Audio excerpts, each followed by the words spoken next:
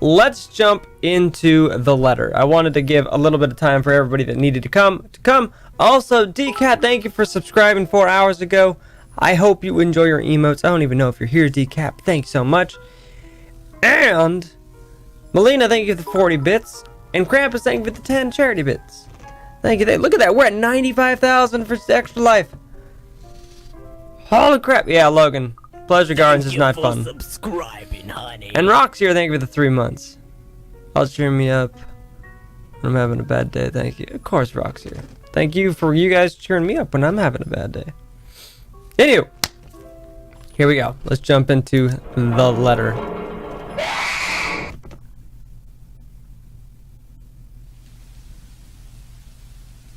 Also, hold on. Time out.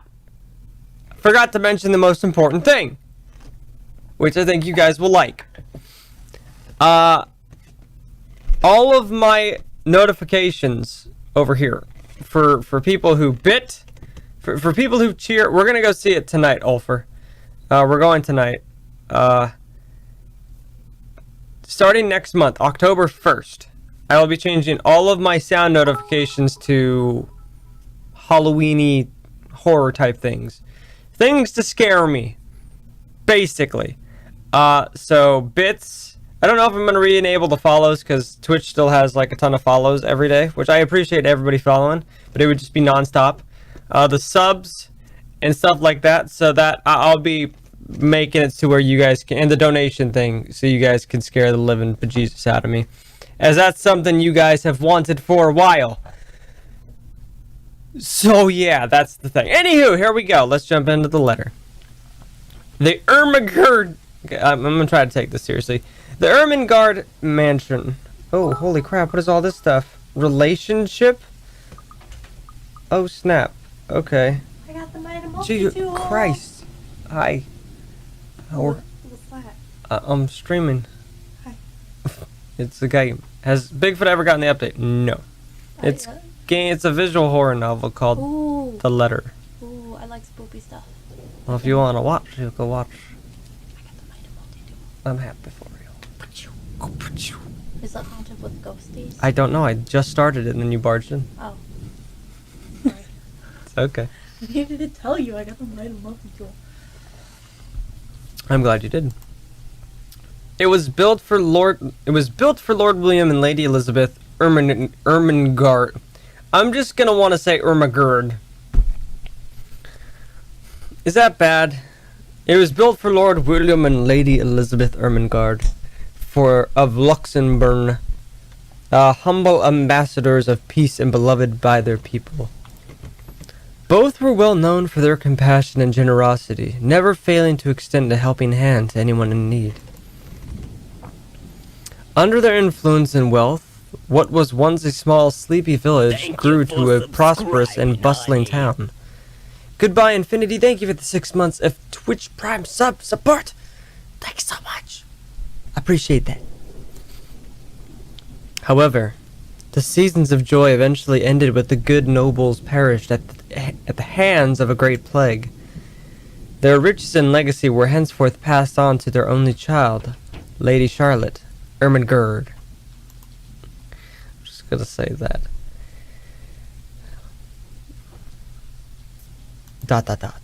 The mansion has stood since the 1620s, a witness to a very long history of joy and pain. After Lady Charlotte committed suicide, the great house was eventually left uninhabited.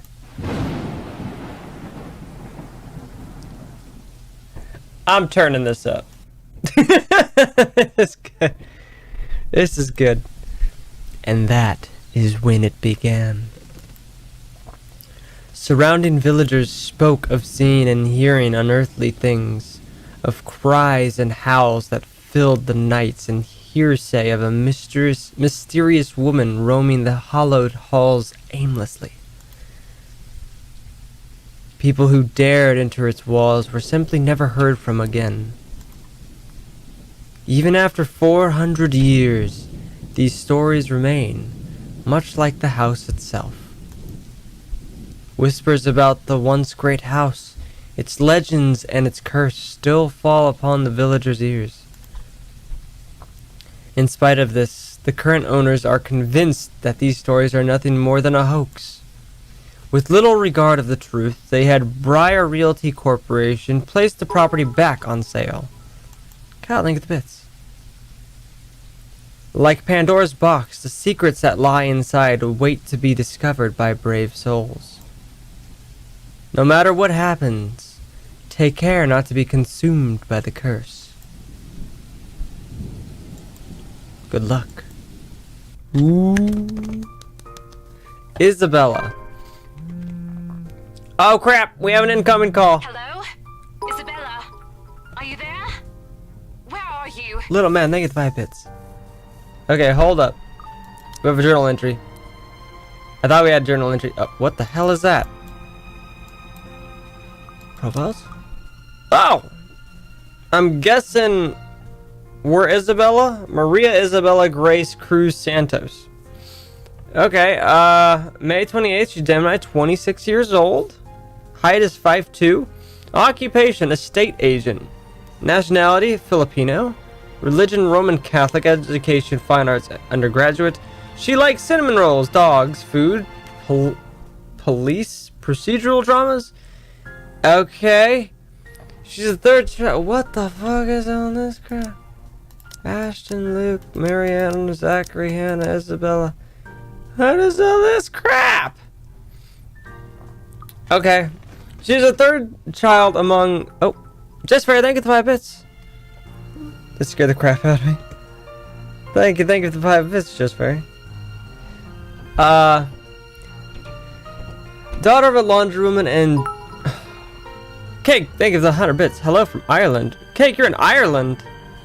What? Hope you're having fun in Ireland. Thank you for the 100 bits. Wait, is this a warning? What's this game about? I don't know. She went to a public school and is an average student, but took to art easily. Eventually, she pursued a degree in fine arts and as encouraged by her father. However, when the man was diagnosed with terminal illness, she had to stop studying to make money. Oh, she's gonna stop. Oh, gone all the time. It was Isabella's aunt who helped get her to work overseas in order to earn more money than any local job could get her. Rose Cooper became her mentor as soon as she started as an agent at BRC. It's been 5 years since she met her neighbor, Rebecca. She met Ashton during an unfortunate incident involving her first sale at Devlin Court and later Zachary through him. Red Hood, thank you for these 16 months in a row, dude. Don't feel great, but I will be here for a little bit. No problem, dude. Thank you so much for the 16 months. I appreciate it. Thank you. Timeline. Okay. Okay, so Rose is saying hello. Oh, I just been keeping her on hold. A familiar jittery voice comes from the other end. Oh, hey Rose. I'm at St. Goretti High. What's the matter? Okay, the voice acting is great. What do you mean, what's the matter? It's the mansion, silly. I'm here and you're late. Oh, crap. Jeez, we're on shift together. You promised. Oh my god, please don't tell me you forgot. You were planning on leaving me to check this place out on my own, weren't you? You chickened out. Calm down. You know I take my promises seriously. I'd like to believe that. So hurry up and get here.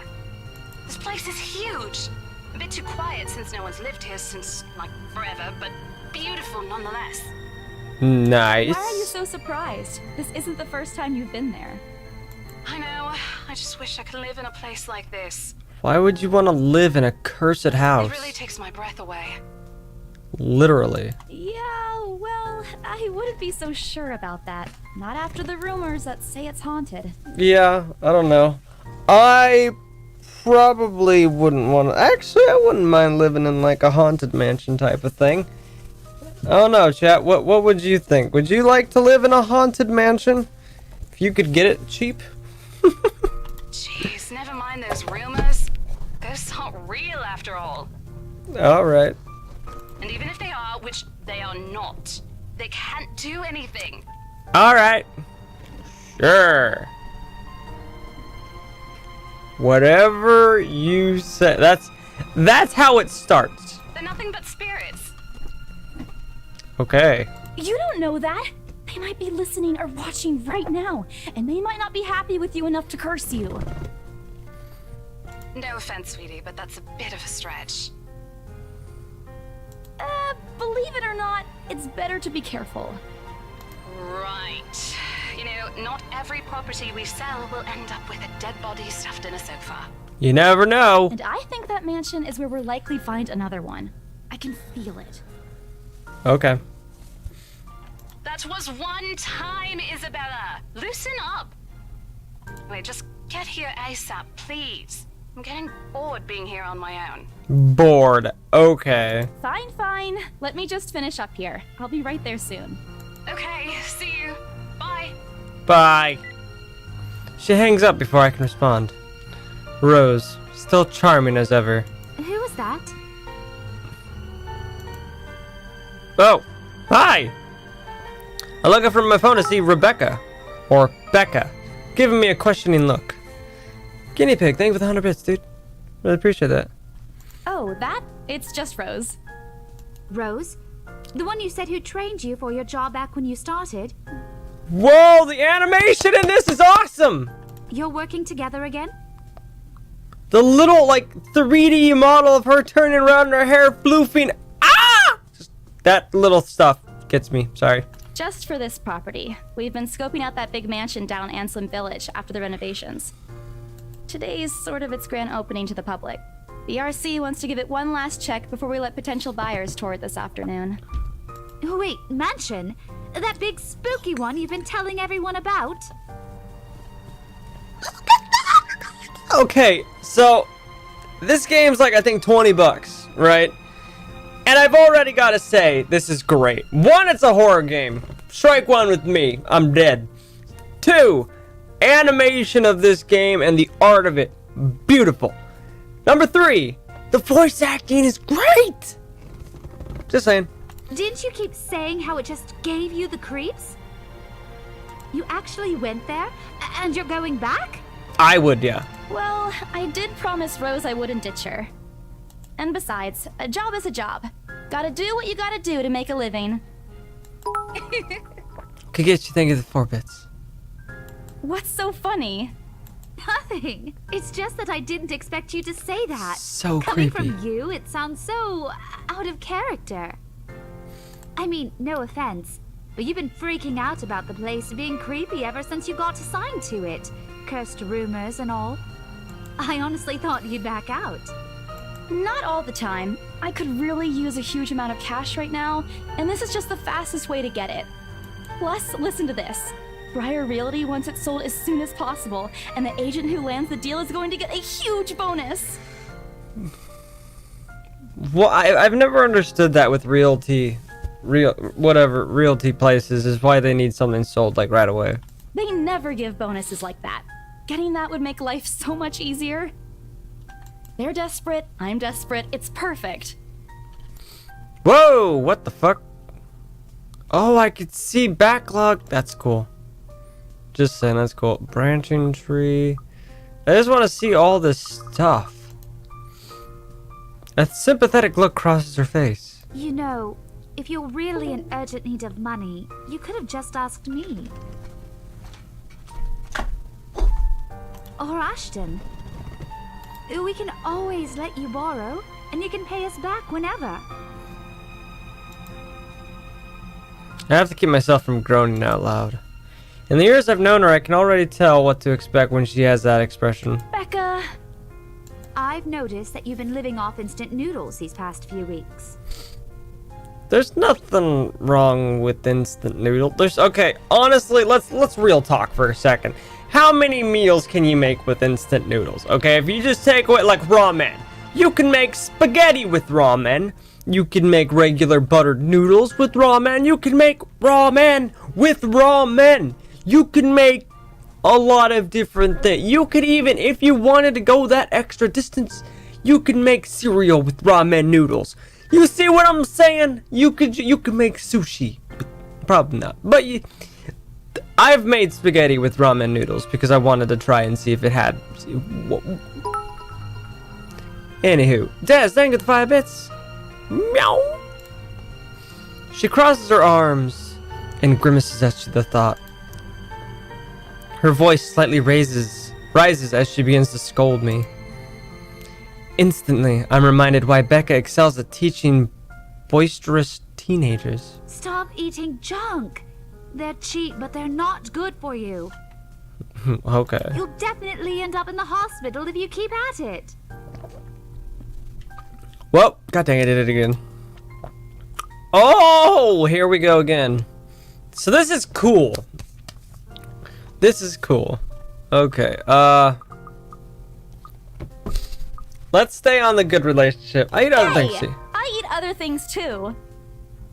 Ooh, we got an achievement as well as the relationship thing with Isabella. Oh! Check that out. We went up with Rebecca. I like it. That's pretty cool. Cake, thank you for the 5 bits. I fold my arms across my chest, mimicking her posture and giving her the best frown I can muster. The same one I'd use with my younger siblings when they're being difficult. Cake, thank you for the 5 bits. And yes, cheap ramen. Instead, she only raises an eyebrow at me. That's not going to work on me. And I saw it when you were cleaning your flat last week. The instant noodle cups outnumber everything else. You're just exaggerating. Did you even see what's in my cupboard yet? Okay, so she's the only one that's not British or has a British accent, an English accent here. Becca has one and Rose has one. Makes me think something about Isabella, but I'm not just living on instant noodles alone. I've got canned beans, peas, tuna, ham, and even hamburgers in there. Becca's wrinkling her nose by the time I get to the end of the small list. She even went a little green on the last one. Oh my god. Her face. I would have laughed a little at that if I didn't know it would only lead to more reprimands from her. Aren't those the same ones you won from the grocer's raffle more than a year ago? No. This chick is like me, man. This chick is me. Thank you for subscribing. Charming honey. Night Angel, thank you for the 4 months in a row. Doing homework while listening. Nice. Thank you for the 4 months. I am Isabella. I sincerely hope you're checking the date stamps on those things before eating them. I don't want a repeat of last year. I think I have instant noodles from 2 years ago. The cool thing is ramen never really ever expires.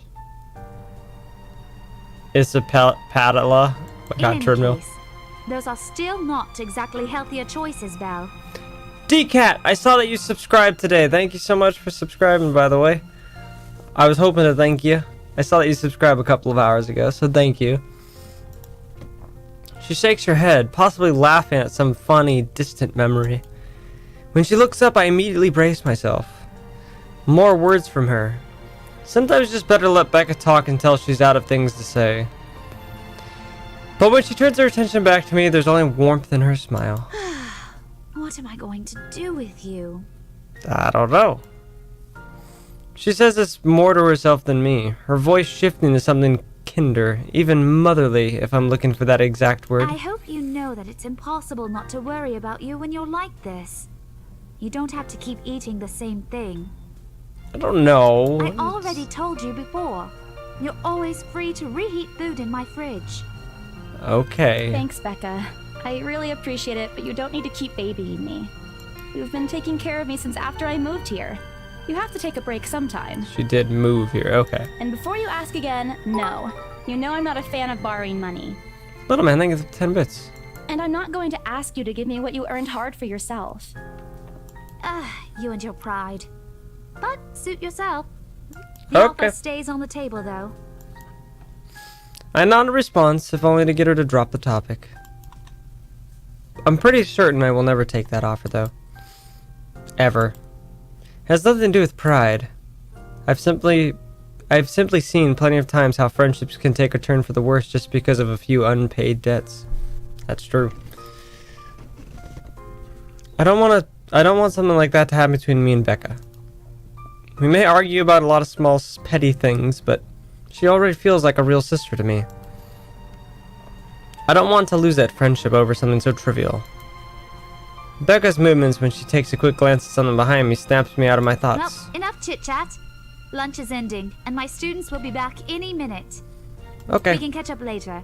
Alrighty. Good luck with your clients. You better treat us to lunch or something if you get that sale. You bet! Sweet. With a small smile, she returns to her desk and begins shifting through the pages of a rather thick history book. She's probably working on next week's lesson plan. Or trying, at least. Her eyes are distant, and she doesn't seem too attentive to whatever's on the page. As if she heard my thoughts, Becca starts coughing. Subscribing, honey. Treadmill, thank you for subscribing, dude. I really appreciate the sub. Thank you so much, dude. I hope you enjoy your emotes. As if she heard my thoughts, Becca starts coughing heavily. Her hand hastily goes to her mouth to stifle the sounds. Ah, this is precisely why I followed her here. For someone who makes a habit out of worrying about other people, Becca sure forgets how to take care of herself. You sure you can manage on your own? I mean, you're still a bit feverish. Hush, dear. Don't you worry about me. I'll just drink some medicine and I'll be right as rain. Okay. I level her with a flat look. She's had a cold for a couple days now, something about the strange weather not agreeing with her lately. And despite my advice to take the week off and rest, I found her apartment empty when I dropped by this morning. She even left the medicine her doctor prescribed. Look who's being stubborn now. You shouldn't even be working right now. Seriously, you big baby. I'll be fine. For now, just go to work and stop making that Rose girl wait for you. That's true, we have been making Rose wait a while. I'll call you if I still feel bad, and you can come pick me up if it makes you feel any better. Deal! She offers me a reassuring smile and I can only sigh. Why do I even bother? There's no stopping her once she's decided on something. Whoa! Defeated, I reach inside my bag to pull out the same bottle of medicine she left earlier. She looks at it warily when I place it in front of her. Unfortunately for her, this is one thing I'm not letting her have her way. Alright, but don't forget what the doctor said. Drink this on time. I'll see you later, okay? There's an amused gleam in her eyes when she shifts them back to me. Look who's playing the mother hen now. I'll learn from you! Rebecca! Okay. I won't tease anymore. I like this I'll game. make sure to drink it, Mom. Before I can retort, she casts another look at the clock. I take that as a sign to finally end the conversation and my short visit. With a small wave, I leave her alone to her classroom and her thoughts. I hail a passing taxi to take me to the property as soon as I leave the school grounds. The mansion is some ways out in the countryside, but I don't have trouble giving the driver directions.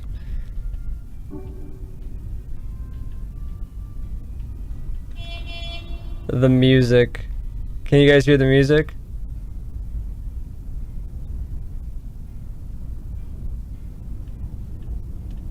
Can you guys hear that music? Let's see.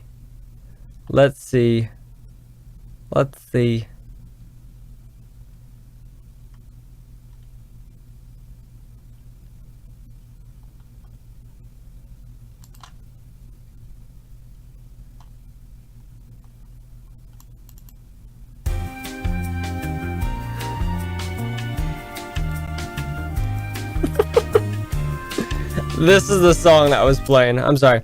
Anywho. Apparently everyone in Luxembourg City knows of it, including every bit of rumored surrounding the place. In fact, just the mention of its name is enough for locals to give you cautious sideline glances. I learned that the hard way the first time I commuted there, and it only boosted my belief that there's something more to that house. Oh, gosh. Even the news of it being renovated and placed back up in the market has caused quite a stir.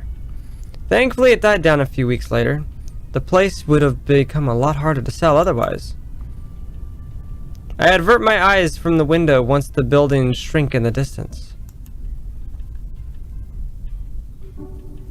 We get a glimpse of the countryside soon, although a quick glance at my watch tells me we're still a few minutes away from our destination. Might as well get some work done. Rose did ask me to review the mansion's documents. I already looked them over last night, but you never know when things may go wrong. Life has ways of messing things up like that. Halfway through reading the papers, my phone rings again. I pick it up without looking, neatly tucking it between my ear and shoulder. It's probably just Rose again anyway. That is not Rose. Guess again. Hi. That voice. Ash. Bingo. Oh. Hey, what's up? Bingo. Just checking if you're still cool later this evening. Oh gosh. You mean that thing with Zach? Yeah. He even called in the middle of the night just to remind me. No, don't worry. I didn't forget. I'll be there. Cool. I'll see you later. What time do you get off? Around 6 p.m.? I don't know. It's the first day of the Ermengarde Mansion's open house, and we're expecting quite a number of potential buyers. I'll be booked the whole afternoon. It is Ermengarde. Ermengarde Mansion? You know, the big Jacobean mansion at Anselm Village? I'm on my way there right now, actually. On your own? Yeah, well, Rose is already there, but yeah. I see. Looks like the scaredy cat finally toughened up. Shut up! Ash chuckles and I can't help but roll my eyes upon hearing it. I'll see you later. Drop me a call when you're done. I'll see you. I like how his name is Ashhole. That's pretty funny. Whatever. Bye. Did I miss that? Was his name always stupid Ashhole? Always teasing me whenever he sees a chance. He likes you. I'll show him who's tough. Whoa, journal updated. It takes a few more minutes until I finally reach the infamous mansion. I have to admit, the entire property does look wonderful from the outside. Yet, despite all of this, it does nothing to hide that something is just wrong. The surrounding area is usually unusually silent, and only the rustling of leaves can be heard as the occasional breeze passes. While Anselm Village is just a few miles away, everybody keeps their distance on purpose. Perhaps out of fear, the horror of falling under the mansion's curse. Somehow, it makes me feel sad. The lack of immediate human presence just makes the whole place all the more eerie than it has any right to be. If it's uncanny in broad daylight, I can't imagine how this place looks at night. Are you planning to go inside that place, Missy? Yes. The voice nearly makes me jump out of my skin. Without completely taking my eyes away from the house, I give the driver a confused nod. A beat passes while I wait for him to say more, but his only answer is a non-commutal hum. Belated, it occurs to me that he must have been waiting for my payment. I mentally slapped myself from spacing out and promptly had him the fare with an apologetic look. I expected him to leave as soon as I've paid, but there's a hesitant expression on him, as if something hasn't been said yet. Is there something wrong? Look, Missy, I'm sure you've heard what the people are telling everyone about that place. Nobody likes to be disturbed when they're at peace, and I'm pretty sure whatever they say is in their house doesn't want to either. I admit they did a good job fixing it up, but there must have been a reason why even distant relatives of the family who used to own the house never lived in there despite inheriting it. No wonder they wanted to get rid of it. Maybe they just didn't like it? You never know. He drives off after, but whatever he said left a foreboding feeling in my gut. I breathe out a heavy sigh as I approach the house. After hearing enough of the rumors, I should have expected the conversation to take that turn. But I'm already here. Backing out is completely out of the question. It's not like I have any choice anyway. If I want to get that bonus in commission, one way or another, I've got to sell this property. The door is ajar when I get to it. However, while my own copy of the keys dangle uselessly in my hand, Rose must have left it open when she arrived. That's weird. We may be the only people here this early, but I've never known her as someone careless. Entering what greets me inside leaves me gaping. They've cleaned every corner, waxed the floor, dusted the antiques, searched every nook and cranny and crevice, and made it spick and span. All for the sake of making the mansion more enticing to the modern-day lords and ladies. But no matter how hard they try, the mansion still looks as soulless as ever. As though it's going to eat you alive.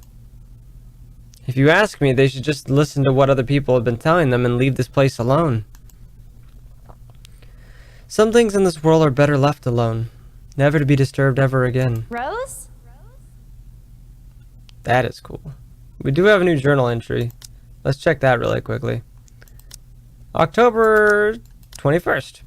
Before going to the Ermengarde mansion, Isabella Santos dropped by St. George Loretta High School to check on Rebecca Gales. The former reminded the latter to take her flu medicine before leaving. On the way to the mansion, Isabella received a phone call from Ashton, reminding her of Zachary Steele's movie premiere that night.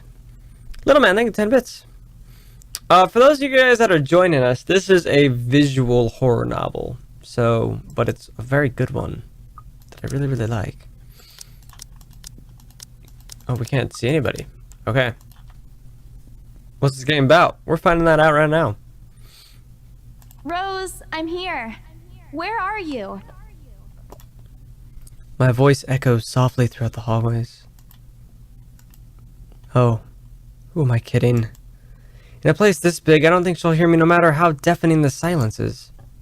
She could be all the way on the other side of the property for all I know. Okay, quickly, I reach for my phone and dial her number. But the number you have dialed has not been recognized. Please check and try again. she's dead. She's dead. What do you mean, has not been recognized? We were just talking a while ago. It's not like, she was eaten by the house. Right? Or maybe the ghosts did hear us talking and spirited her away. Right? Right? No, Isabella, don't be ridiculous. She probably just wandered deeper into the house and lost signal or something. I dial her number again, hoping the call will connect this time. The number you have dialed has not been recognized. Please check and try again. But to no avail. Oh boy. I have a very bad feeling about this. If you can hear me, please come out. Come on, Rose. This isn't funny. You know this place gives me the creeps. I love how it echoes. No answer. This isn't going to work. The place is big. She could be anywhere. I need to start looking for her. I take a deep breath before venturing deeper into the mansion. Taking a couple steps forward, I notice something move about the grand staircase. What? What the hell? Rose? Rose, is that you? Not funny. I'm leaving you if you don't come out. Not coming out, huh? Fine, I'm going. Okay. That's a lie. She's my friend. I can't really leave until I know she's alright. Growing desperate, I try to contact her number again. Come on, please give me something. Please? Lord? I felt that coming for a while. Yes! Finally! Hello? Hello? Rose, I'm here at the mansion. Where the hell are you?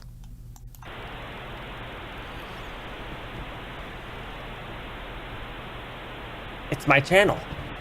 She doesn't respond. Also, there's heavy static coming from her side. I sincerely hope it doesn't get cut off again before I can get an answer from her. Rose, come on. Where are you? A few moments pass until the static eventually starts to quiet down. I'm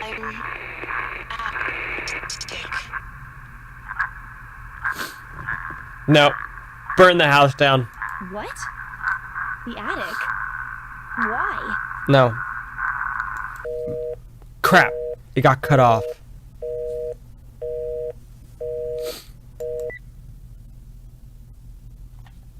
I did tweet out the stream.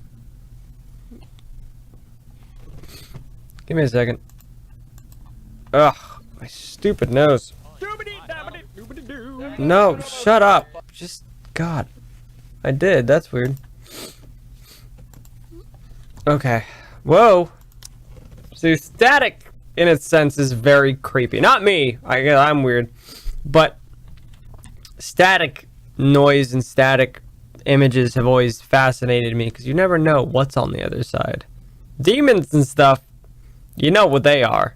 Static, though, it's kind of like darkness.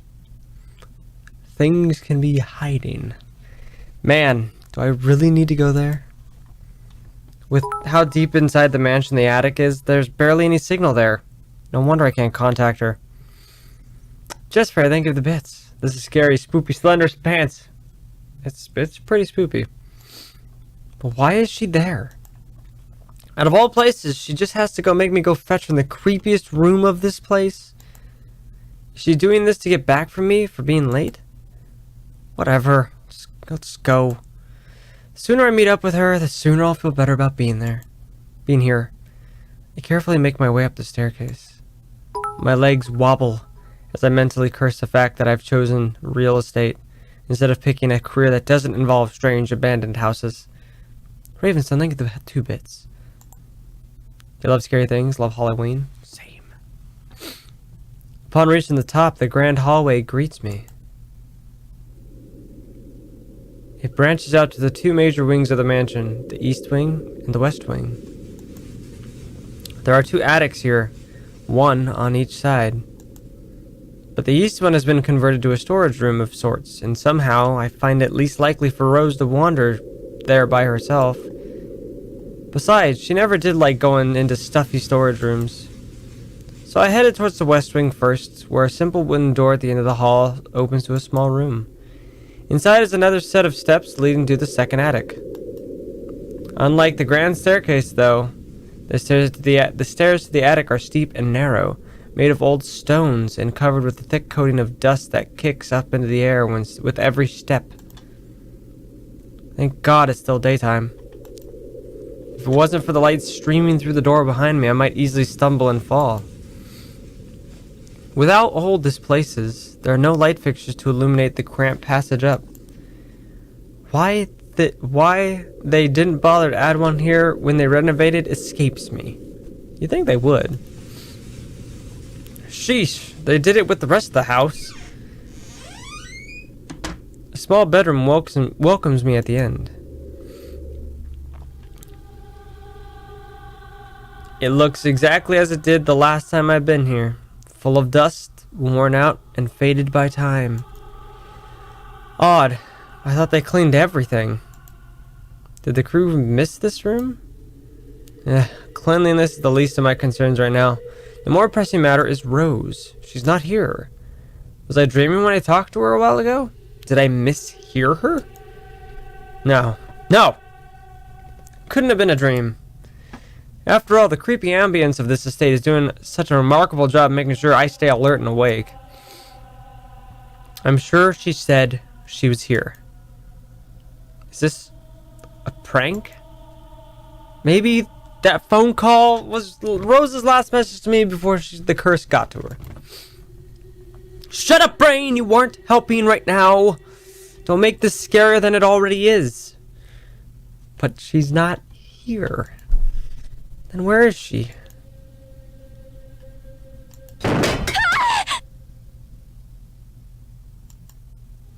The hell was that?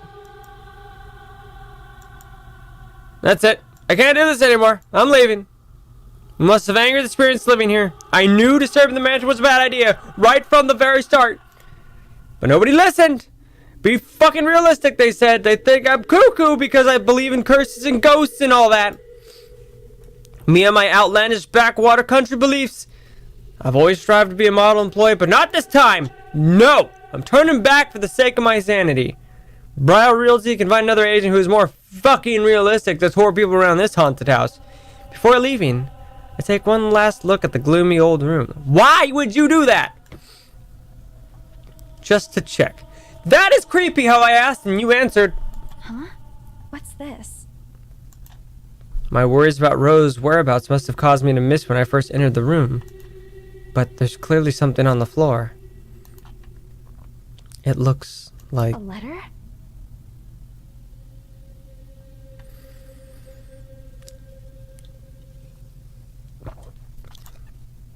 Lying on the ground, just a couple inches away from my feet. Out of sheer curiosity, I leaned down and picked it up. Strange. I don't recall seeing this last time I was here. A few days back, me and a few other agents inspected the mansion to prepare me for today. I'd been the last one to look inside the attic and leave, and this certainly hadn't been here before. Someone must have left in this room since. Someone must have left it in this room since then. Did Rose leave this for me? Was she here a while ago? I couldn't have missed her though, could I? There's only one set of stairs leading to this attic. The letter isn't exactly in pristine condition. In fact, it looks rather ancient. The paper is so thin and rough. I'm worried it'll fall apart if I so much as touch it. With great care, I open it, and what I read shakes me to my core. What? Oh my god.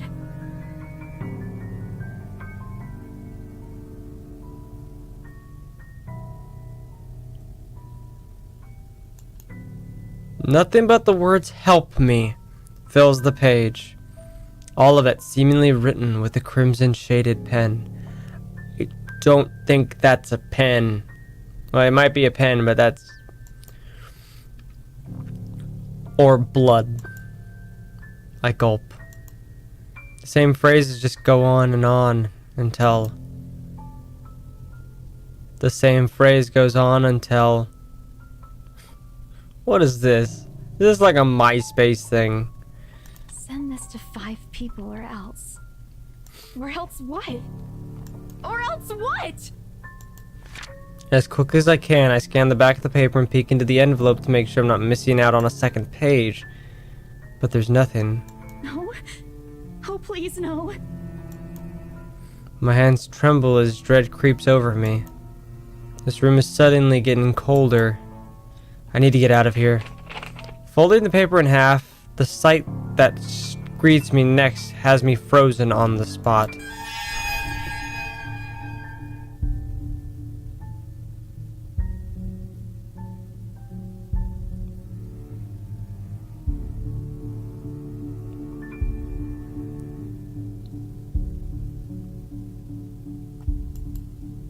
A pair of blood-soaked feet enters my field of vision. Covered in gaping wounds, with skin eaten away to reveal flesh, bone, and all manners of things that one isn't meant to see. It's too much. All of it is too much. I want to cry, call for help, but the words get caught in my throat. Even my feet won't move. Completely paralyzed out of terror. Chat? Ravenstone, thank you for the bit. Chat, I will let you guys choose what we do. So people on YouTube may or may not be watching this. I'm here streaming with Twitch, and I'm gonna let my chat decide what we're doing. Just fair, thank you for the 3 bits. And right now, everybody's telling me to look up and be brave. Alone, you're saying with a bit. It says door number 1. Alright. Everybody is saying to be a brave little nugget. Let's be a brave little nugget! I need to face it. I don't know if I want to face it! Whatever these feet belong to, I need to face it. I don't want to face it! And if I'm gonna die, if they're gonna kill me, at least I'll know what my killer looks like. Why would you want to know that? A cold comfort. So with a deep breath, I summon every ounce of courage I have left in me and shift my gaze upward.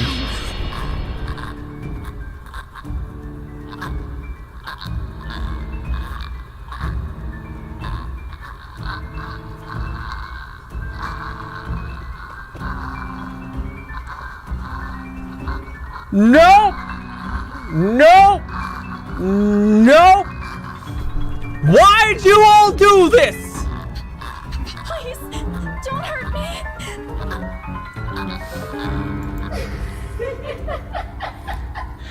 That is creepy as fuck!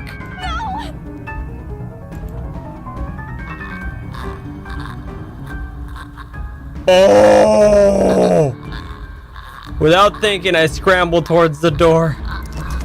I struggle to open it, but it won't budge. Stay away! Go away! Please, Lord! Make it go away! Fuck, I think of the bits. Why now? Why won't it open now? My heart sinks as reality draws in. I'm locked in. Locked in with that thing. Let me out! Let me out! Lord, please, let me out! It slowly approaches me as I wench the doorknob violently back and forth.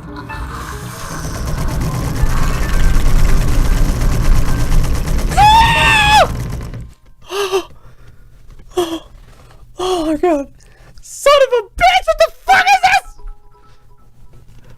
Hunter Mac, thank you for the bit. Okay.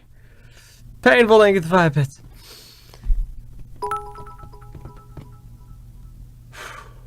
Yes. The door finally swings open, and I couldn't have been happier. Wasting no time, I leap out the door and don't look back. My feet pounding against the floor in rhythm with the loud, fast beating in my heart. By the time I run past the hallway and find myself atop the grand staircase, my chest feels so tight like it's going to burst. But nothing, that's nothing compared to the feeling of hope the sight of the exit gives me. Racing down the stairs, a breathy laugh escapes me, and my shoe slips and I find myself falling. Oh crap! Till my back hits the ground and pain racks my body. Oh, for fuck's sake! My head grows fuzzy and my vision dims as I fight to stay conscious. Go away. Raven's thank for the 2 bits. The last thing I see are those feet before all I know is darkness. Okay, let's go ahead and read what else we found. While looking for her... Oh, Becca, thank you for the 5 bits, by the way. Thank you, thank you. Friday, October 21st. While looking for her missing co-agent, Isabella Santos found a mysterious letter in the Ermengarde mansion attic. Driven to fear by what she read, thinking it's the place's curse at work, she hurried to leave the place only to meet... Is that it? Only to meet... Okay! Summer Rose, thank you for 5 bits.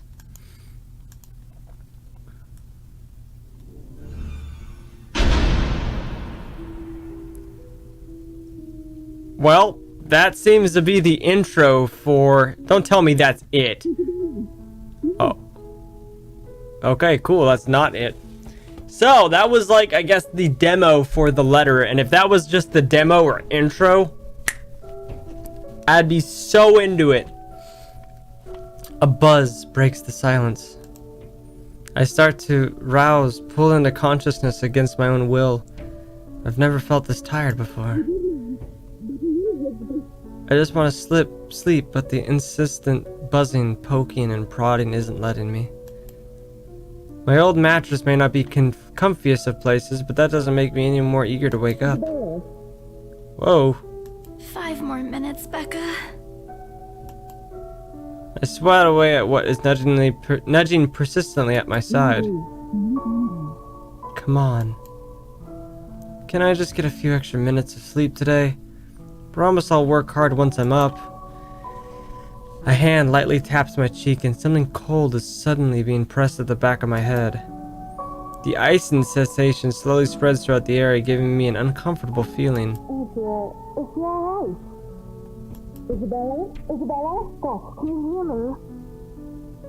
Isabella? Oh gosh.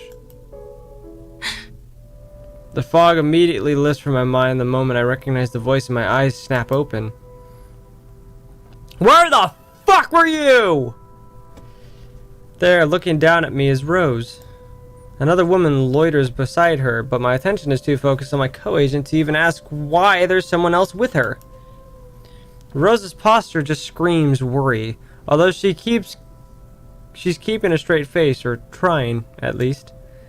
I can't help but feel bad for making her fret.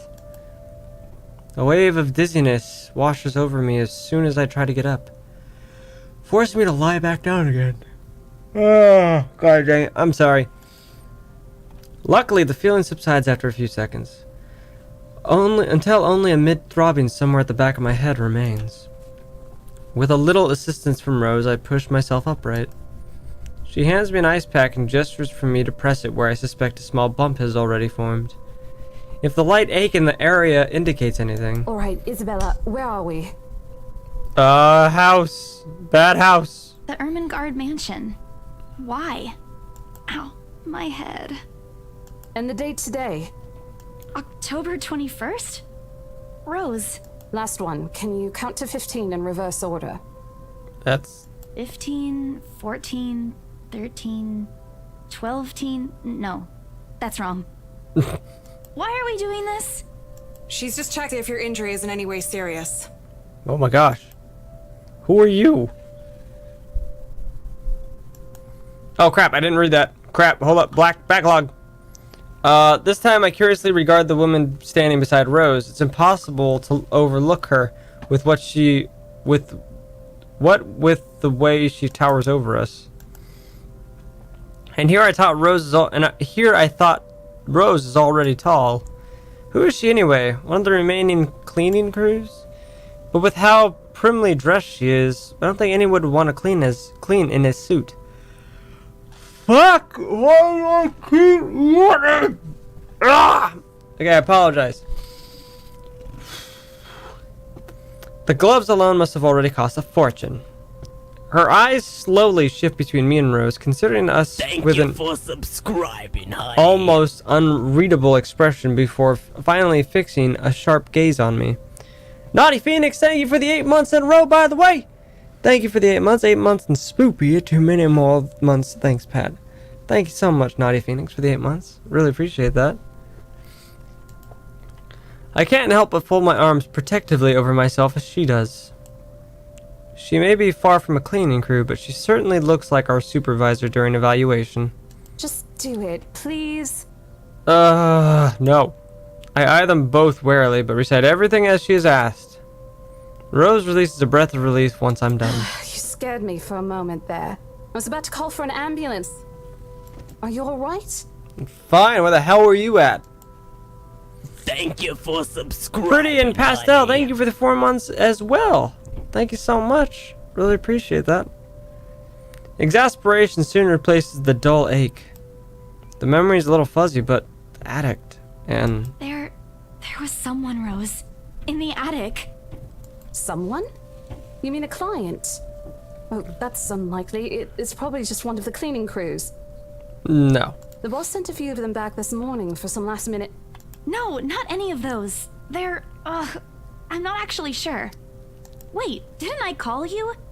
You said you were in the attic when you answered. Yeah. That's why I went there in the first place. The fuck, dude? You were not in the attic. Both Rose and the lady look at me like I've just grown another head. Did I say something weird? Rose quickly casts an apologetic smile at the woman before the awkward silence stretches on further. It's her saleswoman smile, the same one she taught me back when I was still her trainee. I should show this to troublesome clients or just to avoid trouble in general, she advised. It's also the same one she gives me when I've done something particularly absurd that may cause us to lose a potential sale. Her eyes are serious when she turns back to me. She takes both of my shoulders, gently squeezes it, and with as much patience as she can muster. As much as I'd love to have gotten at least a heads up of your arrival, I didn't really get a call from you. You know, signal here is absolutely horrendous. I was in the garden earlier and couldn't even make a single call. Isabella, I'm going to ask again. Are you really alright? What happened? I don't know. It's all a bit blurry. I remember I was looking for you, but you weren't in the attic. And there's whoever it is. Then I must have tripped on a rug or something on the way down. Oh no. Do you think someone came in while you were out? You left the main door open. We are so going to get into big trouble if something gets stolen, Rose. Perhaps it is a concussion. Are you sure you feel fine? Who the hell You are could still you? call for an ambulance. I could cover for you. No, I'm fine. I'm okay, Rose. I can work. Okay. Wait. Hold your horses, Rose. I can't just miss an important sale because of a minor bump in the head. An extremely minor bump. I've had worse when I was a kid. This is nothing. Besides, if I leave, you'll have to shoulder everything in the open house, alone. And in a mansion this big? Well, there's also the part where I may lose that bonus BRC promise, but that's completely besides the point. Rose gives me a skeptical look when I turn the cold compress to her and she push myself off the floor.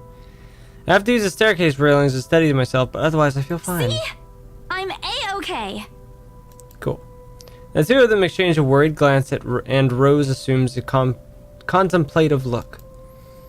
I bite my lower lip in anticipation if she says no. Right, you in. A smile threatens to slip out of me. If I see that you aren't feeling well, I'm taking you personally to the nearest clinic to have you checked. Clear? Alright. Clear as day, ma'am. Thanks, Rose. You insisted. But remember what I said. First sign of you looking not okay, and we're off. No questions asked. Okay. It's just a small bump. Don't worry. You shouldn't downplay these kinds of things. It could be a serious injury for all we know. Yeah, could be. Suddenly, a small cough sounds against the wall of the foyer, interrupting our banter. The woman is looking expectantly at the two of us. Her stare makes me shrink back a little on myself. She isn't really intimidating. Well, she is. But not in the scary negative way. Far from it, actually. Her demeanor simply commands an air of sophistication and respect. In a different world, a younger me would have probably wished to be like her.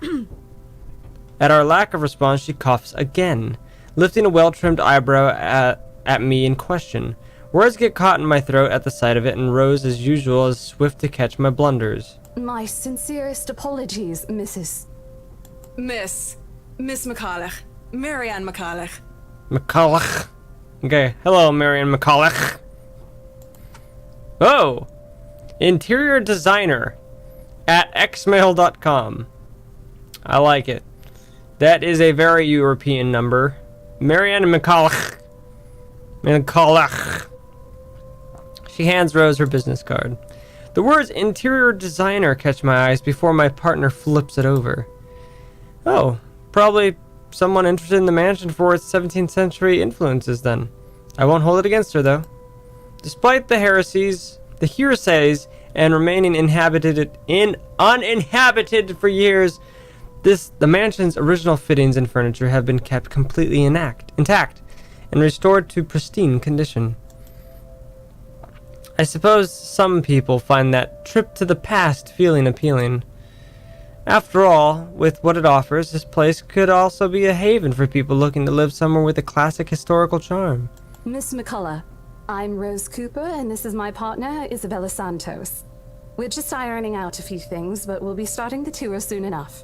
Now it's Miss McCulloch. In the meantime, we've prepared some refreshments for you in the parlor while you're waiting. If you could please. Thanks. There's no need for it, though. I just dropped by for a quick survey of the place. I thought I should check the estate before I meet with the homeowners. Okay. Rose's confusion is impossible to miss when she glances at me and I return it with an equally perplexed look. And against my better judgment, I blurt out the first question that comes to mind. I'm sorry. Homeowners? I should have kept my mouth shut. A flash of irritation crosses her face, but it instantly disappears under a mask of professional detachment. Yes. Hannah Wright? I was hired by her to handle the interior design for their newly bought home.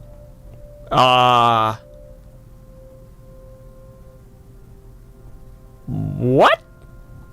This is the Ermengarde mansion, right? Yes. It is, but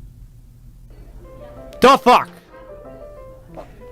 A flock of people have already gathered in the mansion's front yard by the time we officially open the doors. I'm not sure whether I should feel baffled or underdressed standing in their presence. Men and women of wealth and status, all dressed to the nines in fancy suits and lovely dresses of varying colors, compose a medium-sized crowd. Their necks, arms, and fingers are adorned with silver and gold, glinting in the afternoon sun. Some even have ridiculously fancy feathered hats on their heads. I really hope there aren't any magpies living nearby like in the stories. Those birds will have a field day in all of this.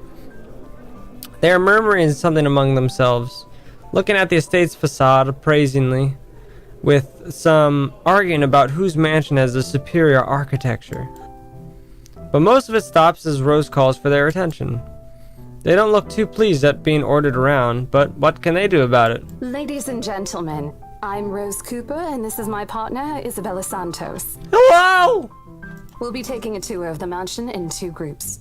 Please make sure you filled up our sign-in forms before joining a specific group. Those who want to look around the first floor, please follow my partner. I'll be guiding the ones who wish to see the ground floor. Hearing this, few wander to me. They are mostly ladies, old ladies, who seem daunted at the idea of climbing all those stairs. Miss McCulloch also joins our group, but what really catches my eye is the elegant dress pair she approaches. It's so nice to finally meet you. When Chief Inspector Lee mentioned that a famous interior designer is in town, I knew I had to get you.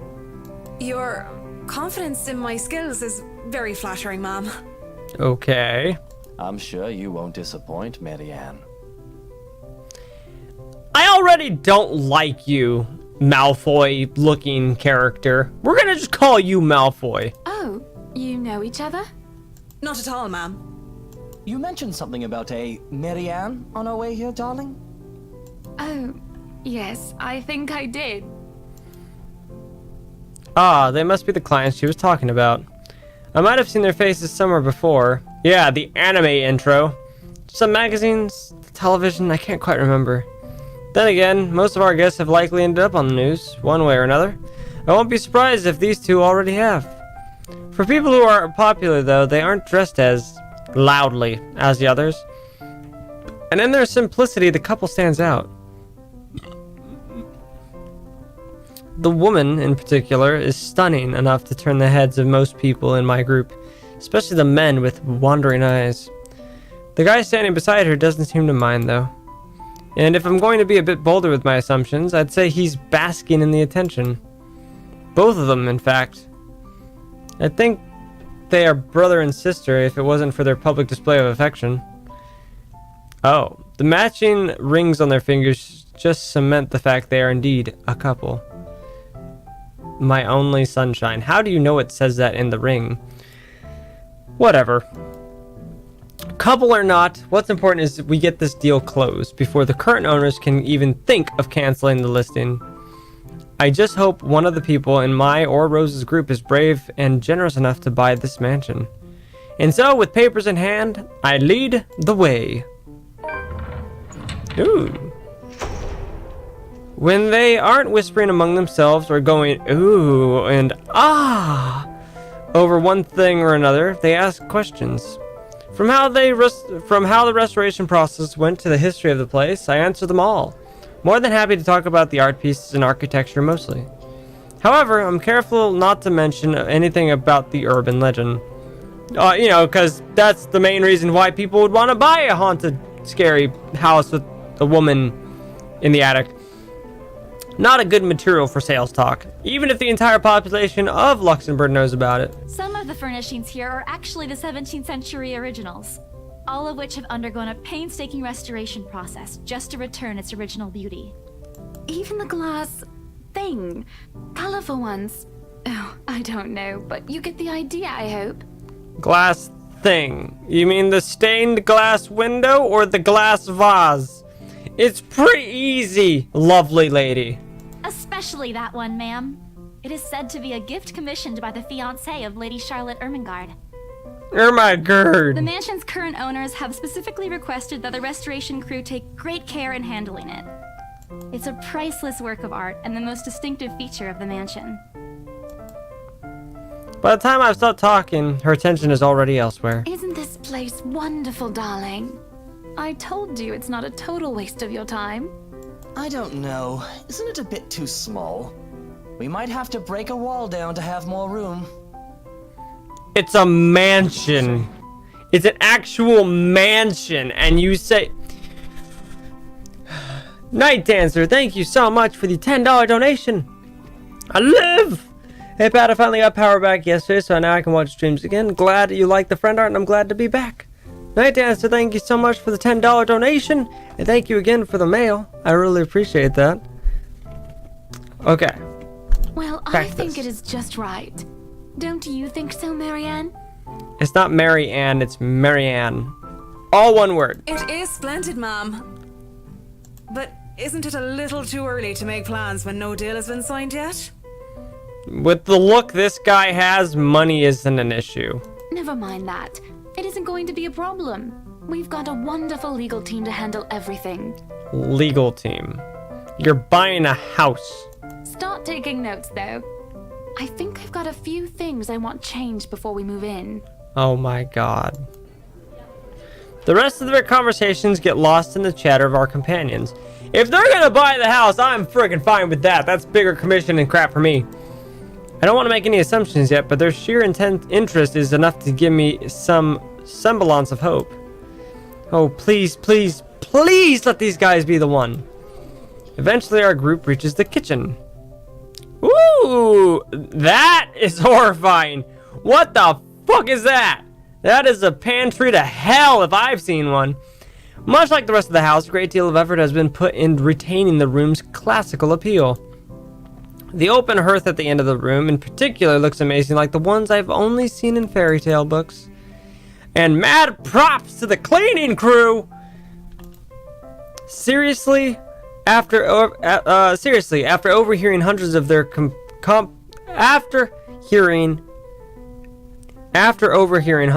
complaints about the soot and tar staining, the bricks, and how much of a pain in the arse cleaning this will be, they still managed to pull this off. Or make it look presentable, at least. The highlight of the room, however, is what's underneath this hatch here. Yeah, the cellar to hell. Oh, don't say anything yet. An underground wine cellar. This is the first time the guy in gray speaks up. Mr. Luke Wright. My memory supplies from the forms that they signed earlier. His sudden attentiveness catches me off guard. Since the start of the tour, only his wife has shown any form of genuine interest in the place. But this time, something lights up in his eyes at the mention of the Undercroft. What's so interesting about a basement? I really don't understand rich people sometimes. Right now, he just gives me the impression of a child who's seen what he absolutely wants for Christmas. I've always found it cute whenever I see children act that way. My younger siblings especially. On a grown man, it's almost funny. Yes, sir. It could house around 7,000 to 11,000 bottles of wine. Jesus Christ! Amelia, thank you for the 55 bits. Since the mail was not sure you got it, it was nothing much, just a letter, some art, and some Pokemon cards I was hoping you got after you didn't see it in the mail. I've got a bunch of letters I have to read still, Amelia. If you haven't seen it yet, don't you worry. I've got a bunch of mail that I need to read, not open packages. Truly. And the room, how was it built? With care and loving hands. The bricks that were used to build the cellar have been carefully picked for the purpose of maintaining and preserving a constant temperature and humidity in the room. Damn, Isabella, you're smart. It's a good place to keep your private collection in if you have one, sir. Or store dead bodies. It keeps the corks in good condition. Oh, love. Didn't you say before that you wanted to make your own personal vineyard? Perhaps you could start one here. You know we're going to need space for that, darling. You might as well just smack the whole house down and rebuild it all. And this isn't big enough? If it's space you're worried about, sir, the Ermengarde mansion sits on a 46-acre lot. There's plenty of room for it. We were told that the original owners had a horse stable built here before, too. There's a contemplative expression on Mr. Wright's face, but he didn't say anything further. His wife, however, seems really pleased that he has started to show interest, if only a little. I smiled to myself. I may not completely understand how these people's minds work, but I sure as hell know how to spot a buyer with sincere interest. Score. I can't wait to tell Rose. The rest of the tour goes by without a hitch. After more than half an hour, we were able to cover almost every room in the ground floor and are heading to the parlor. Funny, the first time BRC had us survey the property, I kept complaining to Rose how big it is. Now I can't even bring myself to care, no matter how much my feet hurt. Maybe this is just my excitement over a possible sale.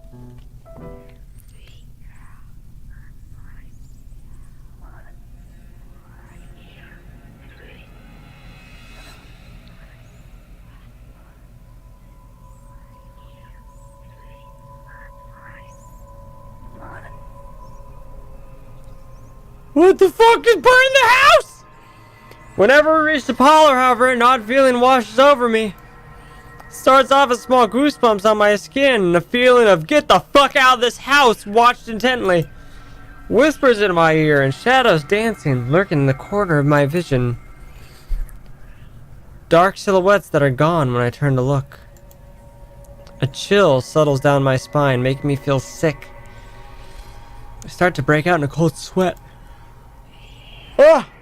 I can't do this. I need to sit down for a moment. The old ladies in the group have been requesting for a break anyway. If I can just... Excuse me? Everyone? We will be taking a 15-minute rest here before we visit the first floor. Okay. In the meantime, please help yourselves to the refreshments and snacks we prepared. If anyone has any questions, feel free to approach me. I'd be happy to help you.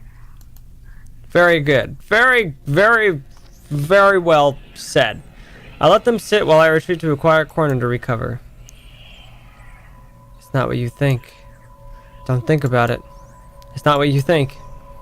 I probably just caught Becca's cold. Don't think about it. I'm left alone for a good while, the same words spilling out of my lips in a silent prayer. Ah! Until a hand taps my shoulder. Hello, you there? Hi! Yes, ma'am? Oh, look at you. Having to show a group around a mansion this big must be exhausting. Yeah. Not a problem, ma'am. I'm just doing my job. What a hard worker. Anyway, Isabel, right? Yeah, that's me. Isabella, actually. But yes, what can I help you with, ma'am, right? Please, just Hana. Call me Hana. I just wanted to ask, how soon are we able to move in? I don't know. Give me the money and you can move in now. My brain completely stops. The sick feeling plaguing me is suddenly gone, replaced by utter bewilderment. Is this a joke? She looks at me expecting as I struggle to come up with an answer. Wait, ma'am, you see, but we haven't even negotiated a price yet, ma'am. We haven't even finished touring the rest of the mansion. A sale would be great and all, but... She stops me from speaking any further and puts a hand on my shoulder. For a moment, with her tight smile, she looks as if she has tasted a particular sour melon. Oh, please, sweetie, don't insult me. Money is not a problem. Yeah, I kind of figured. And, just between you and me, this place is better off with us than with some old lady who'll probably just fill it up with cats. A house with cats would be awesome! You're mean. L. Williams, thank you for the 9 bits. I appreciate that. I personally don't think there's anything wrong with having cats here, ma'am Hana. I'm sure there's more than enough space here if you want pets. Perhaps I'm still not feeling well, but really? What's wrong with cats? Nothing is wrong with cats! Ophelia is amazing! Saying. More importantly, why is she talking about moving in already? Well, I'm more of a dog person. Okay. But you see, this is going to be a gift to my darling. It's going to be our anniversary soon. I see. And it would be so wonderful if you can secure its purchase for us. If I could. Why, I can even offer something extra if you help us out with the paperwork. Done! We actually have a process for this, ma'am. No! Fuck the process! I don't really think that would be necessary. Shut up, Isabel's trying to help you out, man! Shadow Zero, thank you for the bit. Or appropriate. And just what are you two lovely ladies talking about here? leaving me and our lovely interior designer to talk here by ourselves. Oh God, what do you want, Malfoy? What would the people think, darling? Oh, it's just small talk, love. I was asking if she could help me with the paperwork. Paperwork, right. I try to wince when her nails dig into my shoulder. Why? I can't help but send an imploring look at Miss Kalach, who only gives me an apologetic smile and a shrug. Yeah, I can give you a fact sheet and a form to fill out. She wastes no time in taking the papers from my hand and shuffles through the bunch. Oh man, Rose is gonna be so angry at me for letting her do that. Wonderful. And Marianne, I'd really love to talk to you about those changes. You took some notes earlier, yes? God, think of the 8 bits. That's so cute. That's so cute, girl. Thank you for the 8 bits, dude. I did, Mom. But I really hope that this time... That this time, are you guys just buying houses? Excellent. Hopefully you can help us out too, Isabel. Isabella. Isabella. Right. It's a lovely name, Isabel. Pretentious rich people. It's Isabella. Yes, that's great. We'll be more than happy to put in a good word to your superiors too, and... What's this? Oh.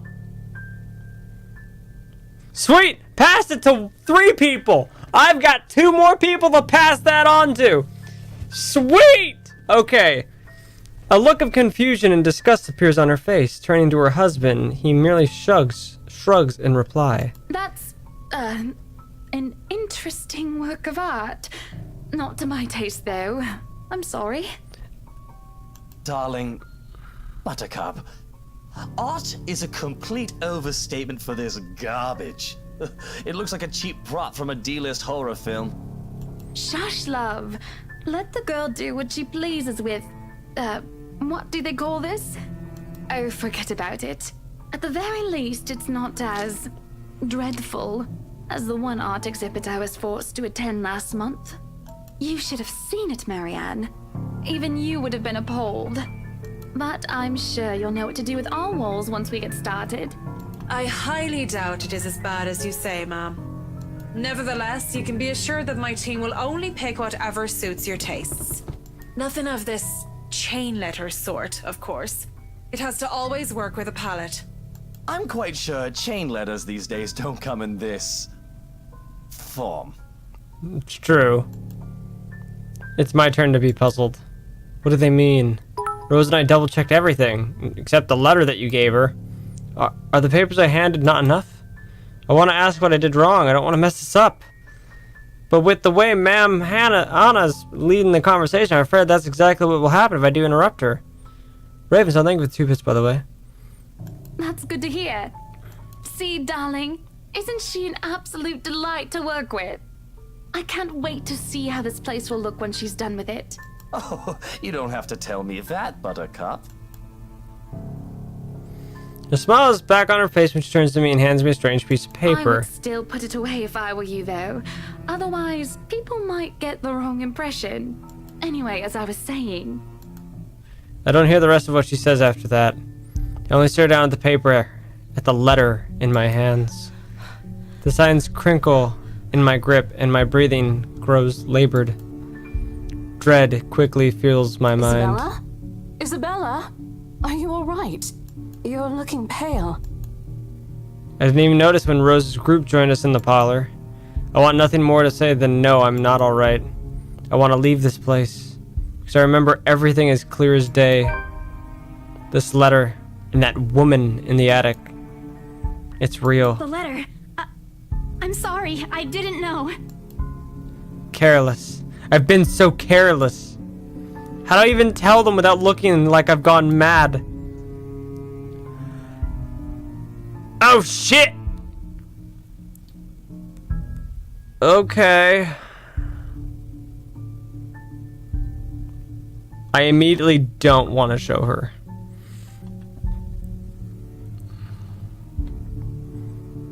Show her, that's one more down. Damn! My freaking chat is savage as fuck.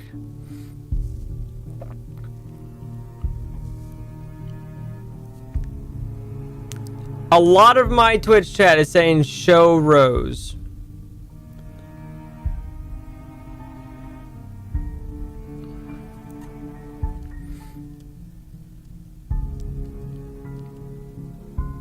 Okay, okay,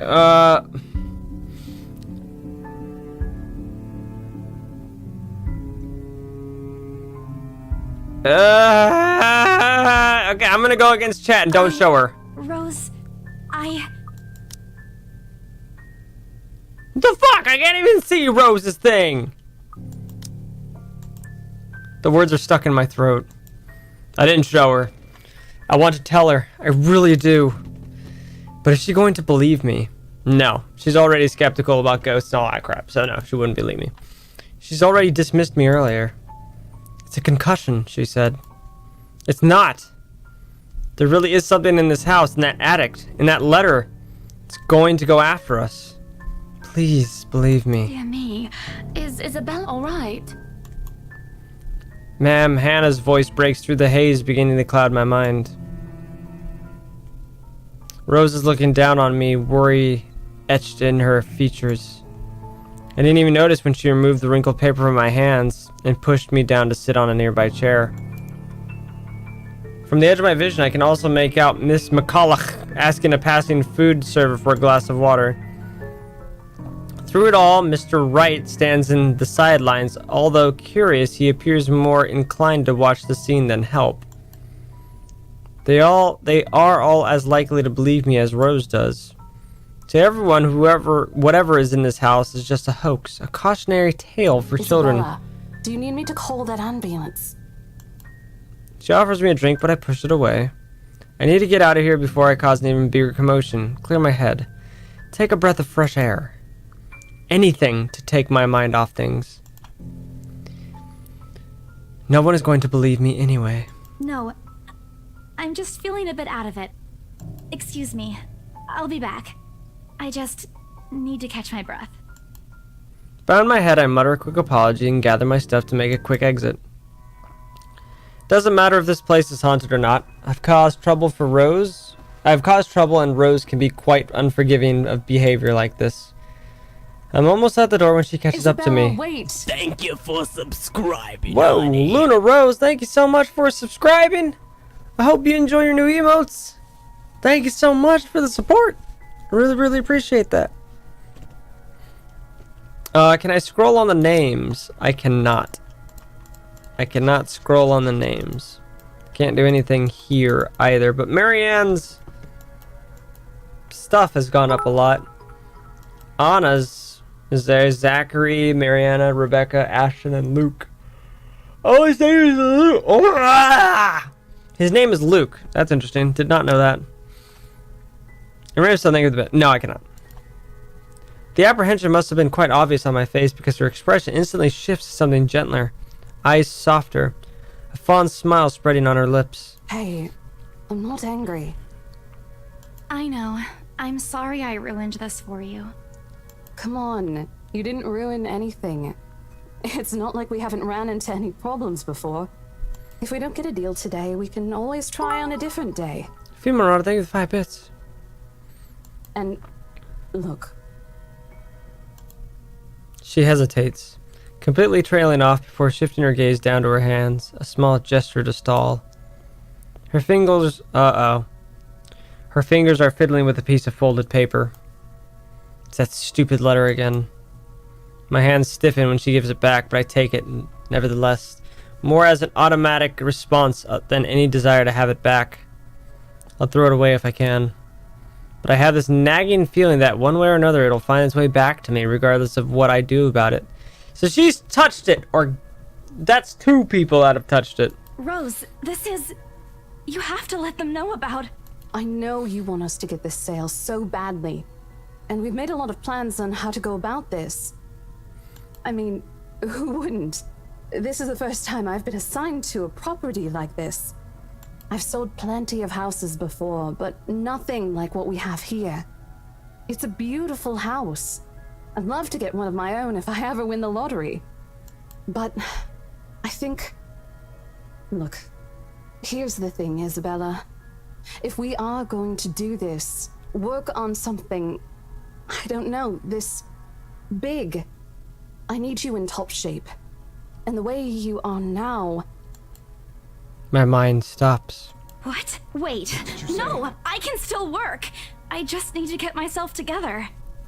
Chase, thank you for the $5 donation. I'm terribly late, but I'm here. Time for months. Well, Chase, you don't have to do that. Thank you for the $5 donation, Chase. Thank you, thank you. That's what you said earlier. I let it go because I thought, hey, it's your own body and you should know more than anyone how you feel. But after this, I really think you should take a break. You're kicking me out? Wow. No, I'm not. Look, all I'm asking is for you to take a seat somewhere I can see you, and let me handle this for now. You're clearly not yourself, and I honestly could use some time not worrying when you'll fall over or not. The day's not even over, and I'm already feeling the stress. Please, humor me just this once. She clasps her hand together in front of her, eyes pleading for understanding. And I do understand, to some extent. It doesn't mean I'll feel any less awful.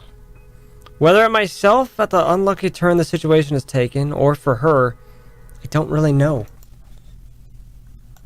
I promise I'll give you a full report of what happens after. I'll even let you take the lead tomorrow. Yeah, okay. Fine. Okay. I'll step aside for now. You're upset. No shit, I'm upset. A little, yeah, obviously. If it's any consolation, I won't tell the boss about today. You know how he is. Please don't. I don't want a repeat of the lecture I got during my first assignment. He called me a noob, and I don't even know what that means. My god, what a noob. At the memory, we both burst into helpless giggles, earning us strange looks from the guests milling about the door. Talking and laughing like this is easy to forget any mishaps that happened. Little things you learn to appreciate, I guess. So, are we good? I'm still not okay with it, but Rose has a point. It's better for me to step out of this one for now. I won't be able to help you anyways if I keep getting distracted like this. Maybe I'll just take a walk outside or something while I wait for you to wrap things up. I don't even know why you guys are worried. Mr. Fancy Malfoy Pants and his wife person, Miss Hannah, already want to buy the house. They want to move in today. Please, just stay put. I insist. I'm not an invalid, Rose. You clearly have not seen how you looked earlier. It's not that bad. Color hasn't even returned to your cheeks yet. Just stay here, all right? Don't even think of going anywhere. I'm not gonna. Let me finish I'm what gonna doing go here, somewhere. and then I'll take you back to Luxembourg myself to have that minor bump checked. At least wait for me to call someone who'll fetch you, okay? She's gone before I can voice one word of complaint. Left with nothing else to do, I find myself drifting back to the foyer. A few visitors linger in the area, some merely enjoying the afternoon sunlight streaming through the stained glass window. Others can be seen admiring the priceless antiques decorating the room. One group of elderlies, gathered some ways across from me, is occupied in a friendlier banter about which one would cost more to buy. A little argument here is an occasional laughter and teasing there. I smile to myself. The conversation reminds me of what I've been missing these past few months. Rose is probably right. I do need a break. Maybe this afternoon's hangout will help. Speaking of, I should call Ash. It's a few hours early from what I've told him, but he did ask for a call once I'm done. Besides, I don't have a ride back, and he offered, so I might as well take it. Or bribe him into giving me one. No, not that he'll ever accept that latter, personal convictions and all. Honestly, if there's something I find admirable in him, despite his tendency to annoy the crap out of me, it's that. Well, whatever way works, a free ride is still a free ride.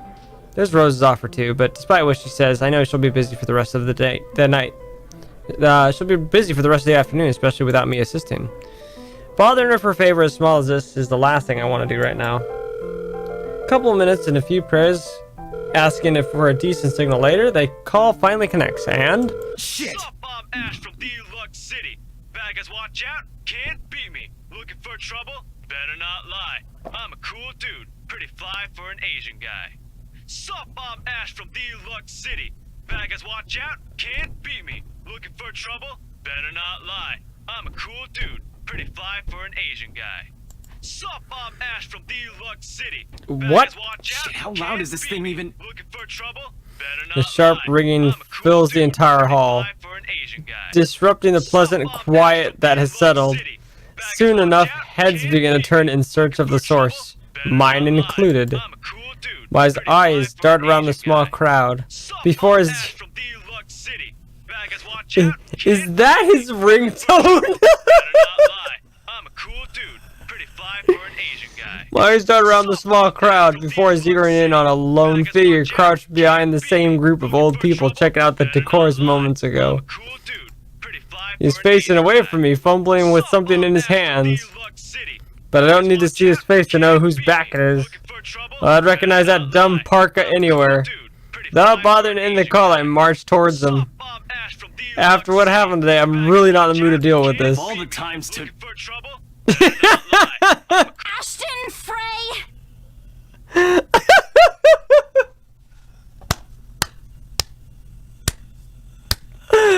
That is great. What happens next is something I shall surely regret later for having not recorded. Ah! He jumps out, lets an undignified yelp followed by his phone slipping out from his grip. Yeah! It bounces from one hand to the other in his poor attempt to catch it before ultimately falling flat on the floor with a resounding clack. Nice. I kind of feel sorry for the phone and the floor. But it's not every day that you catch someone like Ash off guard and get a reaction. Damn his stupid detective senses. I'll take every ounce of victory I can get, no matter how small. An awkward pause passes between us. I blink. A cough. He makes a face. And then in a too quick motion, he ducks and retrieves his absurd gadget while a grin threatens to break out from my lips. He doesn't meet my eyes when he straightens, but a flush has crept up his neck and cheeks. In another universe where we haven't known each other for 5 years and suffering through his teasing isn't a day-to occurrence, chances are I'd find that adorable. Endearing, even. Unfortunately, this isn't that kind of world. The way things are, I'm already content to see him out of his obnoxiously calm and collected disposition. Honey. The Huntress, thank you so much for the 4 months in a row. Thank you so much, Huntress. I really appreciate that. Are you guys liking the game? I'm sorry I've been super into this, just reading a lot of it, and I haven't been able to really focus on chat. But are you guys liking it so far? Hello to you too, scaredy cat. I could stand to be greeted like a normal person, you know. I don't know, asshole. What? And miss that look on your face? No way. Oh man, I should have taken a picture. You guys are really liking it? Nice. I will say, I am ending the stream in about 2 hours or so. Just because Marie and I are going to go see It, the movie. So, yeah. The tag for his name is Ashhole. That's what Isabella calls him. Not seeing too much horror yet. That means it's coming. I am so honored you find this funny. Is that how you treat your guests? I think I need to talk to your supervisor. Just thank you for the 4 bits. Thank you so much. Talk to yourself. You aren't even a guest here. What are you doing here in the first place? For a moment, he looks like a cat that swallowed the canary. Suddenly checking every nook and cranny in his phone for any damage or scratches seems to be more interesting activity than explaining himself. Ash, I could be looking to buy a house. a mansion. Yeah, why not? Did you see the view outside? It doesn't look haunted to me at all. It doesn't. He's messing with me. Ashton, I am not in the mood. What are you doing here? He definitely likes you. He chances a glimpse at some point behind me. The parlor? Curious, I follow his gaze, but before I can figure out what he has caught his attention, he places a hand on my shoulder and turns me back to face him. I just finished working on something, so I dropped by. I still don't see how his work has anything to do why he's here. At my confused look, he drops the hand resting on my arm. He has touched something particularly hot and casually rubs the back of his neck. And I said I'll see if I can pick you up. Turns out I can. Free time and all. Yeah, yeah. So here I am. Figured you'd still be busy, and so I roamed around for a while. Yeah, okay. Oh, you should have mentioned that sooner. I was about to throw you out. Throw me? Hey, I was given a pamphlet. I think that makes me a legitimate client. We have mandatory sign-in sheets for clients, Ash. I didn't see your name on it. And you can't just roam around because it says open house. Normal people actually follow an etiquette here. Right, okay. I think I'll just go ahead and... No, wait. I wasn't really going to throw you out. Rose said... Never mind. I was just about to leave anyway. Wait, what? Now? Yeah. Something must have shown in my face because he pauses and gives me a long, hard stare. Sometimes I forget how easy reading people is for Ash, given how often he looks as if everything around him is a chore. I avoid his eyes, hoping he'll drop the subject and won't ask any more questions. The last thing I want to tell him is what happened, especially the part about the letter. In fact, he's the last person on Earth I'll ever think about telling it to, if I can help it. Sure, he's a dependable guy, God knows how many times he's helped me, even without me asking for it. With stuff like ghosts and the supernatural, he'll never believe those, even if he hears it from a friend. Except maybe if it's Becca. On a good day, the most harmless thing he'll do is give an explanation why those things have no chance of ever being real. At worst, he's insufferable. He'll poke fun at you every single chance he'll get. He's like Wade. Asshole. What did I ever do to him? He never does that to Becca or Zach, because he likes you. I can already imagine how things will go down the moment I spill a word of what I saw. Nope. Over my dead body. Before it catches his attention, I shove the letter deep into my bag. What's wrong? Nothing. Let's just go. Doesn't look like a nothing to me. We still have Zach's movie tonight, remember? It's still early. And didn't you say your shift will end around 5 or 6? What about... Hey, Isabella, wait up! Thank you for subscribing, Skyward, honey. thank you for the 3 months in a row. Thank you, thank you. I really appreciate the support. And Fire Queen, thank you also for the 3 months in a row. It's resub day. Thank you so much. A rush of air greets me as soon as the main door is open. Not the usual autumn draft, but it's still a welcome change from the stifling atmosphere inside the mansion. Ash's footsteps are quick behind me, the soles of his shoes thumping hard against the polished concrete in awkward cadence as he rushes to catch up. He calls out twice. He calls out once, twice. The mansion still looms in the background. Whispers calling me back. Shadows beckoning.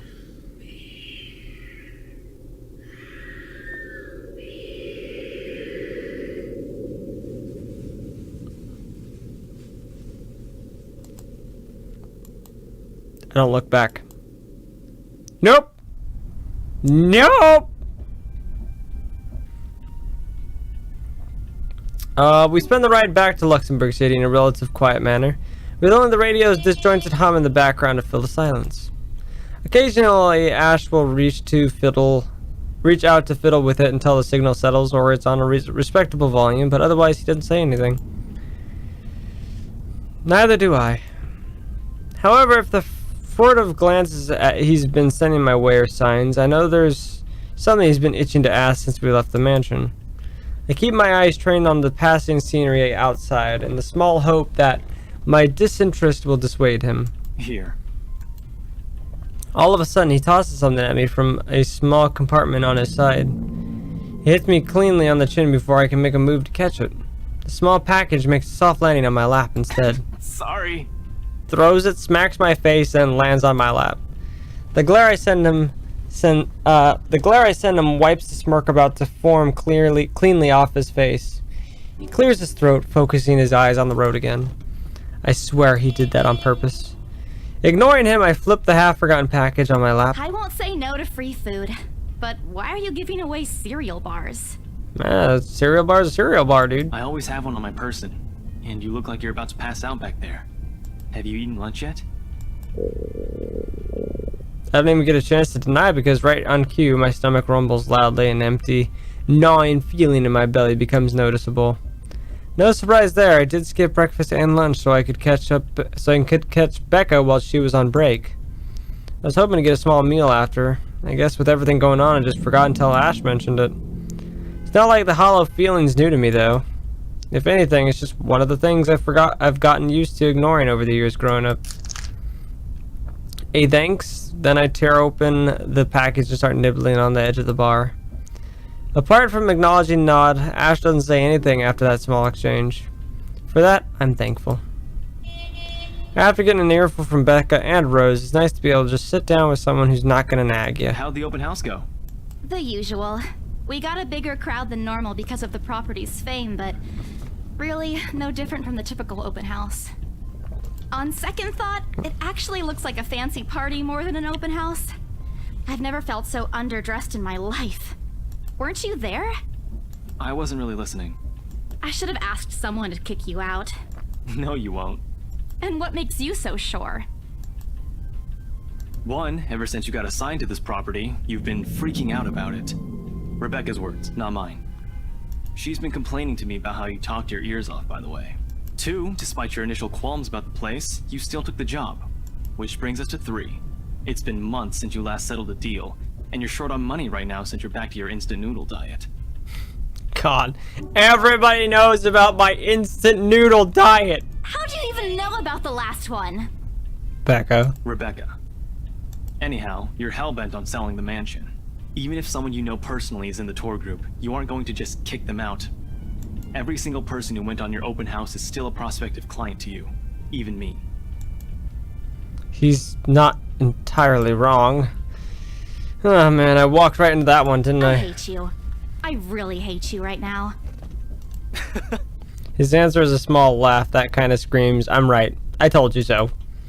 I hate it when he does that. I'll have you know that there's already someone who's extremely interested in this property. So even if you expressed any sort of interest in it, I don't think they'd be willing to let you have it. Too bad. Provided I didn't botch it with the rights. Why, of all times, did I have to screw up like that? In front of an important customer, no less. I owe Rose a big apology. I hope she likes free donuts. You don't seem too happy about it. I am happy. Doesn't this look like a happy face to you? No, that does not look like a happy face. Really? And here I was thinking you found another one stuffed in the sofa. God. Or is it the wardrobe this time? It's actually the addict. But he meant that as a joke. But how close it is to the truth that made my blood run cold and my own heartbeat a heavy weight in my chest. All at once, the letter in my bag feels a whole lot heavier, burdened by my own guilt and apprehension. Yeah, well, things happened. Stuff the right couple might not be pleased about. No need to make a fuss about it. It's normal in the business.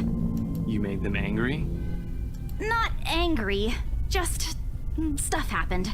Like? Things. Did they do anything? Your clients, the rights, was it? Can't answer that. At least not without revealing anything that took place in the attic. Let's change the subject. You keep asking me about my work, yet you haven't said a single word about yours. And we got some new stuff. Sweet.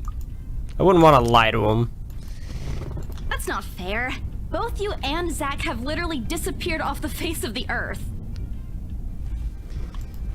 An over-exaggeration, but changing the subject to something else is still better than outright lying to him. I agree. Lying to him is bad. Corky Lover, thank you for 25 bits. The one from the one where JP's graphic went a little crazy and kept scooting back saying no. I don't remember that, but thank you, Corky, for the 25 bits. Thank you. Besides, it never works with him. I'm not sure if it's because I'm just bad at it, because he's just really very good at his job. He doesn't answer immediately, only momentarily shifting a glance over me and returning it back to the road when he has to make a sharp turn. Outside, the sun has already started its descent, casting a vibrant orange glow on the tall buildings. I wonder how long before we reach the venue of Zach's film. Checking the streets again outside, it appears Ash is taking the longer route. Odd. But he's probably trying to avoid the rush hour traffic. Didn't we just talk a week ago over chat? I don't know. That's different. Linking your awful memes in the group chat box every morning isn't exactly a conversation. Oh, that's kind of a conversation. Excuse me, I don't hear you calling them awful while you're laughing at all of them. Shut up! And you aren't answering my question. That earns him a soft punch to his arm. I did laugh at them, but I'm not going to give him the satisfaction of knowing that I found most of them funny. It'll only make his head bigger. Stupid Ash. Alright, lay off on the abuse. Remember that case I mentioned before? Oh, crap. We've been trying to pin the bastard down, but it required more work than we anticipated. The guy's slippery like that. We got some good lead months ago. I'm guessing he's a detective. I haven't been able to see who does what. It's just bothering me. He recounts what he's been doing in the meantime, since we haven't seen each other. His usual work, the occasional small investigation, and the big case he's been stuck working on, stuff he couldn't mention in the brief time we catch each other online. Although most of it are the trimmed down versions, only things he can tell, he always has to be careful about that. Even the way he spins his answers to my questions, just enough to satisfy my curiosity, but not enough to paint the whole picture. At one point, his voice takes on a strange tone when he mentions something about the big case, but I don't dwell on it much. That's normal, right? I mean, who wouldn't be frustrated if you couldn't bring someone to justice because they kept sleeping out of your fingers? If I were in his shoes, I'd definitely lose my mind. Thank you for subscribing, honey. Maddie Mac, thank you for the 4 months in a row! I really appreciate that, Maddie. Thank you so much for the 4 months. His stories never ceases to be entertaining to me, regardless. If things weren't the way they were back home, maybe I would have considered taking on the same job as him. I hate yawning. Well, nope, not really. Mama would never allow that. But the idea is still there. Along with countless others I've let go. Time passes quickly between us in this manner. And before I know it, we're already at the movie house. A small crowd is already formed in front of the theater when we arrive.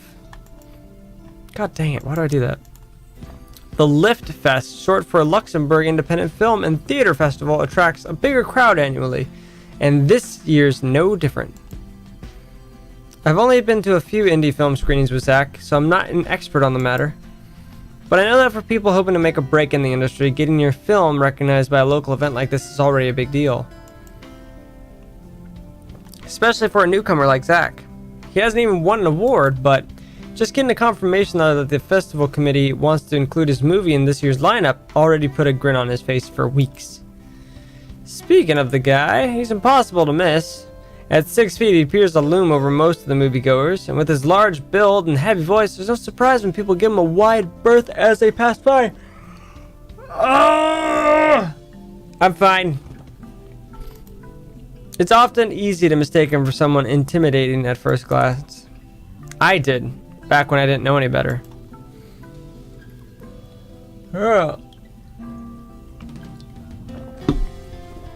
Wait. Hold on. Yeah, I was gonna say Batcat is said right here. Right here on the back, it says Batcat soon. Or Ratcat. I don't know. No, it says Batcat right there, coming soon. That's funny. Oh, there's Zach. Holy fuck, Zach is tall as hell. I thought this was Isabella, just super tiny. Hey, you guys! Long time no see! What's up, Zach? Zach's face lights up with a smile of his own.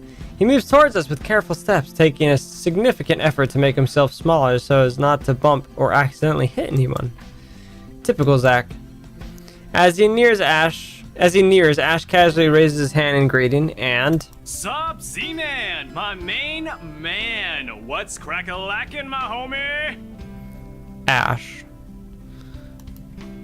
The awkwardness that descends within the immediate vicinity of our small group is palpable enough. Somewhere to our left, a girl giggles, and only then do I become aware of my mouth hanging open. I'm almost amazed how Ash can say that out loud with a straight face. Almost. Considering his track record, I should be used to it by now. Zach seems to be. Yo, stop trying to act black, Ashton. And you're the only one who calls me Z-Man. Their fondness underneath his exasperated tone. If this were any other person, he'd likely be offended, but years of friendship and familiarity have made those words harmless to others' ears. Or at least enough for both to take it in stride. It's been a while, Zach. I hope you didn't get into trouble again. Not much to get into trouble lately without you, I'm afraid. I'll let you know if something comes up, though. Nah, I ended up with chicken down stuck on me last time I agreed. I'd really love at least this year to pass without some sort of accident happening again. Accident. Hey, I take offense to that. It wasn't that bad. You really have no idea. A beat passes, and then Zach laughs. Hey, I'm kidding. You know you can always count on me. There's a story only the two of them are privy to. Even now and then Ash will enlist Zach's help on something. Becca and I never really found out what the real deal is with those adventures, as Ash calls it, and both aren't willing to tell due to some unspoken agreement. She insists that if it's Ash, it's likely not something illegal or life-threatening. I tend to believe her on that. Sometimes. Oh well, boys will be boys, I guess. I give Zach a small wave from behind Ash when his attention eventually turns to me. Bella! Huh? Rebecca's not with you. Is she still sick? Yeah. A bit. But she's up and went to work this morning. You know she doesn't listen to anyone that's not Ash. Yes, she does. No, she doesn't. You're literally the only person she'll listen to when she's feeling stubborn. So, Becca likes Ash, Ash likes Bella. This is tough. And it's true. They've known each other far longer than any of us in the group. Childhood friends and all. But don't worry, Zach. She's probably on her way here now. She promised she wouldn't miss your movie. And I bet you Zach likes Becca. Isabella! Oh, thank goodness. Speak of the devil. I said it too! Look at that! I said speak of the devil and it showed. Without warning, a hand grabs me by the shoulder and turns me around. You're just in time. I have to lean back a little with the way her face is almost invading my personal space, but she places her hand on the other side of my head to keep me still. She stares at me intently, concerned, feeling her eye. Oh god, did fucking Rose tell Becca? Becca, you're squishing my face. How are you? Are you all right? Why wouldn't I be? Rose called me earlier. God. Those 4 words tell me all I need to know. Since I don't have my family living close by, and they're the only relative I have here works on the far side of the country, I gave my company Becca's contact number in case of emergency. I should have known Rose would call her. I push Becca's hands away from my face. Although she lets go, her eyebrows remain drawn together. Oh, no. Everything's good. Rose covered for me at work today. Knucklehead, thank you for the bits, dude. How you doing? Thank you so much. That's not what I'm talking about. How's your head? That's fine. A bit back. Oh, wait. Beside me, Ash snickers. I bite back the ears to elbow him in the place of trying to avoid Becca's hand as she tries to reach out for the said area. I do my best to dodge her, all at once moving behind Zach. Sorry for using you as a human shield, Zach. Oh, it's nothing. I just slipped off a few steps on my way down. I blacked out for a few seconds and had a minor bump, but it's just that. You blacked out? It's not something to brush off. I'm fine. Come on, at least let me check it. What are you gonna do? Are you a human x-ray? It's extremely minor. You wouldn't even know it's there. Isabella, this isn't a laughing matter. She did look pale when I saw her. Wow. Thanks a lot, Ashton, you traitor. Wow. I'll get you... What? Oh, crap. I'm just saying it as it is. Crap. If you mentioned this earlier, we wouldn't be having this conversation right now. I'm sorry. Saw her? Uh-oh. Maybe they're a couple. Oh, shit! Yeah, they arrived together. Bella looked fine to me then. I don't know. Something crosses Becca's face, but it's gone before I can figure out what it is. Jealousy? Oh, that's good. At least she didn't have to travel alone, right? At least. Good. See? I'm okay. I wouldn't be here if I wasn't. Mm-hmm. And I don't want to miss Zach's film. We can always watch it some other time. Sorry, Zachary. No, it's good. But you guys should really keep it down. We're starting to attract some attention. It's the premiere. The premiere's different. Right, Zach? I shoot him a pleading look. Zach's a sensible guy. He'll understand. Please understand. Not really. But Rebecca has a point. In the end, I think it's your call. I'm For fine. heaven's sake! Please, Becca. I really don't want to miss it. I don't want to miss it. Come on, what's in the Not movie? missing it. Oh, we're just moving it on a different day so we can have a... Look, you guys. Ash's loud sigh unexpectedly cuts through the conversation. He's pinching the bridge of his nose as he speaks, something he usually does when he's getting impatient. If she says she's okay, then there's nothing we can do about it. It's not like we can stop her either. Besides, she's still acting like the same old Isabella to me, if she can still run around like that. Why are you taking her side? Jealousy! I'm not. But if she wants to watch Zach's movie with us, I'm not going to stop her. She's probably the one looking forward to it the most. Yeah, buddy! Ash, that's... You, of all people, should know... Tell you what, if I notice something amiss with her, I'll take her to the nearest hospital myself. Oh, she ain't gonna like that. Is that good enough for you? No. I already know the answer before Becca voices it out. When at last she releases a deep breath and nods. Albeit with great reluctance, I immediately would tackle her into a hug. Thanks, Becca. It's always been you with him, isn't it? Yeah, jealousy! Did you say something? Me? Nothing. Don't mind me. Jealousy! If you say so. The guy who plays Ashton is in Attack on Titan Abridged? Really? That's cool. Okay, guys, showtime's close, so I think I'm gonna get us some snacks. My treat. And then let's head inside. That's expensive as hell, Zach. Anyone here has a smaller bill? I think I do. Hold on. I pull myself from Becca to get my wallet from my bag. Oh, fuck! What's this? No! It's already in Ash's hands before I can even react. Behind him, Becca and Zach are both given the piece of paper an intrigued look. No! Give it back! Fuck! It's just a paper. Oh. I don't care! Give it!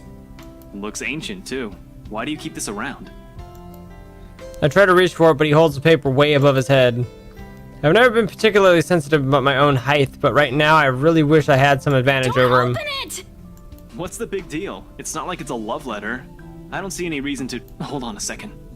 This is, isn't it? Oh my god, Ash. Even if it is, it's not for you. Oh, snap! Okay. Now I'm curious. Why did you... I'm telling you, it's nothing like that. It's... The rest of my words are lost when he unfolds the paper. Fuck! I can't breathe. Why do you read it? My heart feels stuck in my throat, pounding, threatening to burst out. Thank you for subscribing, Phyllis, honey. ruining the moment! Phyllis, thank you for the 5 months in a row. Thank you so much, Phyllis. Vaguely, I note how my hands are trembling at my sides. Clasping them together doesn't do any good. They were still shaking, but I hang on to them regardless. The awful, sick weight that has taken its core in my stomach back in the open house returns full force. How do I fix this? How many is that now? Well, the 3 at the house saw it. These 3 saw it. I've seen it. That's 7 so far. Hold on.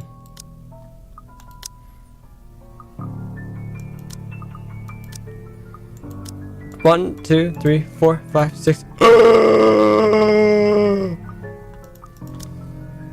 How do I fix this? How do I fix this? How do I fix this? Someone, please.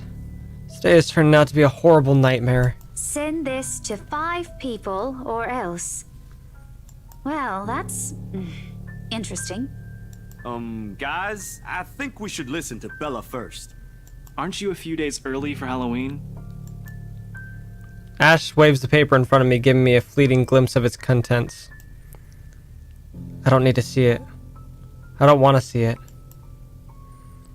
The letters, the words, every stroke written in blood is already embedded in my mind. Maybe I should have just thrown it away when I had the chance. That way. It's That way. not a prank. Makes all of them stop. Even I am surprised with how steady my voice is. What did you say? This isn't a prank! I saw something!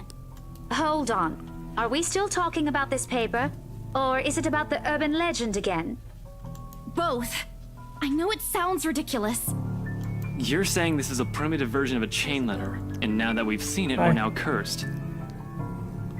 You've got to be kidding me. See? This is why I didn't want to tell you guys. Isabella, aren't you taking this a bit too far? It's not a joke! Will you guys listen to me first? I saw something in the house earlier. It stood right in front of me. Did you want to get food? Yeah, I'm only going for another hour. Okay. It's up to you. I was just wondering, so yeah. Okay. If I hadn't gotten away, that thing might have. Right. And in broad daylight, Isabella. Even someone gullible would find the logic in that screwed up. There's also no way in hell that this supernatural shit is true. God damn it. But it's real! What do you think I saw? A hallucination? A delusion? Didn't you say you fell down some stairs? So maybe Rebecca's right. It happened after, when I was trying to get away. I almost got stuck in the same room with that thing. We're all in danger. I thought you were my friends. Why don't you believe me? We are, and you know that. But this thing and that thing has got nothing to do with the other. When Rose called earlier, I thought she's just exaggerating. But based on what I'm seeing right now, maybe it's better if we really postpone this for now. Don't bother. Without another word, I snatched the letter out of Ash's hands and stuffed it back in my bag with more force than necessary. I'm tired. Yeah, cursed, saw a ghost, probably lost a sale, got kicked out of the open house I'm supposed to be hosting. My own friends don't believe me and all of them think I'm crazy. To top it all off, there's a dull ache in the back of my head begging for a little attention, and I can't afford to give it right now. Honestly, there's only so much a person can take within a single day. I just want to go home, curl up in my bed, and never think about today. But before I can take a single step away from the group... Guys! Zach rarely ever raises his voice when there's a point he wants to drive home, and hearing him take on that tone completely throws me off. Even Ash and Becca. Whatever harsh words yet to come out from the argument immediately die on our tongues. Why don't we all calm down first? I'm sure Isabella has her reasons too. No need to be hard on her. And hey, ain't this supposed to be a happy get-together? Yes. We haven't seen each other for months. I'd really love to know what y'all have been up to. I only ever get to talk to Bella over chat. Please. He has a point. Ash, for all his attempts to look cool and distant, also been looking forward to this. He even took the time to call this morning for a reminder. He never does that. Becca too. I'm pretty sure there's another reason why she got out of bed today. Yet, despite Zach's attempts to lighten things up, or Ash's and Becca's acquisizing gestures, the tightness in my chest remains. I should have just kept it to myself, or at least just went with the idea that it's a prank. If I did, things might have not turned out the way they had. No sour mood, no bad vibes. Careless. So careless. Let's stay for the movie. On another day, I'd excuse myself and go straight home. But this is something special to Zach, something he worked so hard to bring to life. So I should know better. Just fair, thank you for the 3 bits. Thank you, thank you. I might be having a bad day, but being with a few people I care about far outweighs the idea of spending the rest of the day throwing a tantrum alone in my room. And what if the thing in the attic follows me home? I don't want to be left with my thoughts either. I can still see it whenever I close my eyes. Maybe, if I stay, let our heads cool down first before telling them what happened, they'll listen to me. There's nothing you can't solve with a calm head. One step at a time, Isabella. That's what Mom used to tell me. Besides, I don't have the heart to ditch Zach. Zach's too nice, man. A smile is back on my face when I look back at them. If we keep arguing here, we're going to miss the first few minutes. All right, that's the Isabella I know. Oh, good. I thought for sure you were going to cry. Oh. This time I really do send an elbow straight to his stomach. Stupid Ash being vertically challenged has its perks too. What was that for? Stop calling me a crybaby! I'm not one! Aw, don't cry. Stop it! Okay, scaredy cat then. Phil's thinking the bit. 5 months of subbing. Wow, I miscounted, but I've always been bad at math and gluing things and taping them. That too! Phil's thinking the bit. If you repeat that, I swear I'll... Oh. Let's just go. Without another word, Becca goes inside. She didn't even stop to wait for us when I call after her. Ash and I exchange a look at that, the same question likely swimming inside of our minds. Zach's thing went up, Becca's went down, and Ash's went up. Well, that's not good. Rebecca's went down. Did something happen at school after I left? She having a bad day too? I'll try asking her about it later, I guess. So, you guys go catch up with her. I'll go get us the food I promised. But you'll miss it. Didn't you say watching a movie without food ain't fun? And it ain't like I haven't seen it. I made it, remember? That's true. I'll be in there soon. One friendly tap on my shoulder, then he's gone. Few moviegoers are still milling about. Some are still waiting in line for tickets, but otherwise, most of the crowd are already inside. Thank you for subscribing, honey. Mr. Blue John, thank you for the 4 months, dude. Glad I started watching your videos and live streams. You're the best, Pat. Blue John, thank you so much for the 4 months, dude. I really appreciate that. Thank you, thank you. There's nothing much for us to do here now. Not a word of protest comes from me, and when Ash gestures for the two of us to head inside. And then? Oh? Are you sure it wasn't one of the cleaning crews? Absolutely sure. Somehow, halfway through the movie, the conversation steered towards what happened in the mansion. To be fair, Zach was the one who brought it up again. In his own movie premiere. Now the film's just serving as background noise while we're speaking in hushed tones, carefully not to disturb anyone inside the small hall. Well, except for Ash. I just hope we don't end up arguing about it again. We'd all get kicked out for sure. Though with how loud Ash's voice is, we'll probably get thrown out away before any arguments happen. Only Becca still remains engrossed in the movie, completely ignoring us. She's been quiet the whole evening, speaking only when referred to. If I didn't know any better, I think we did something that offended her. Did we? And then I ran. You heard what happened after. I still think it's something else. It was standing right in front of me, Ash.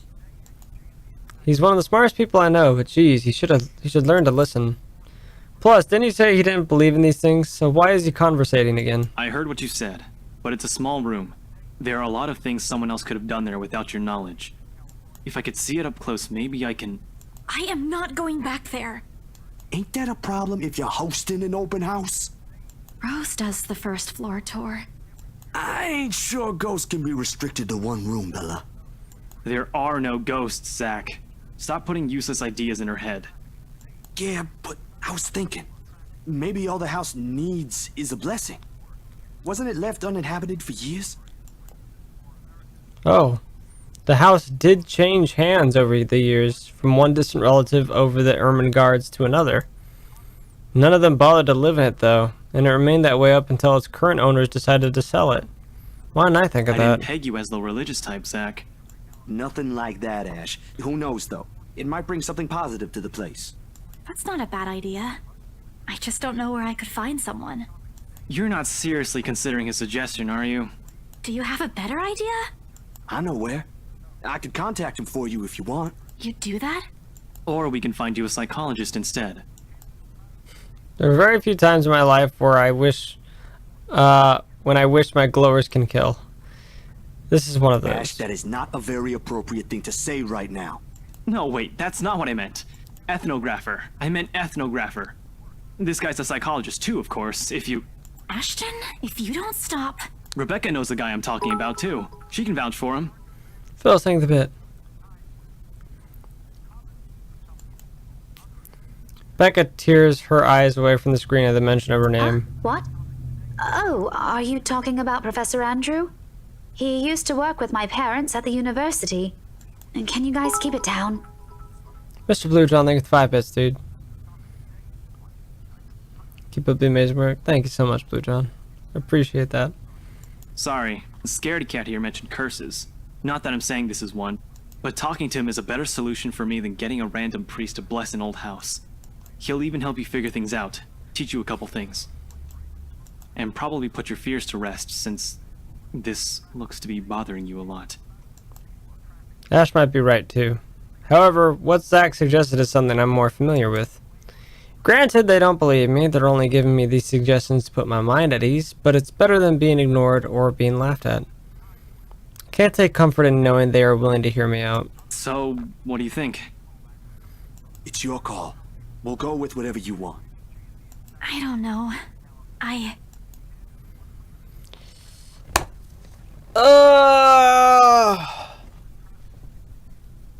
Chat, I'm gonna leave this up to you.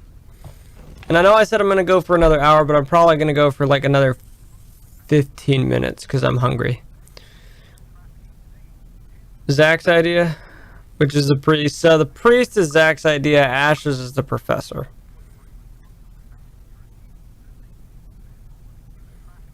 See a lot of people saying professor. A couple people saying priest.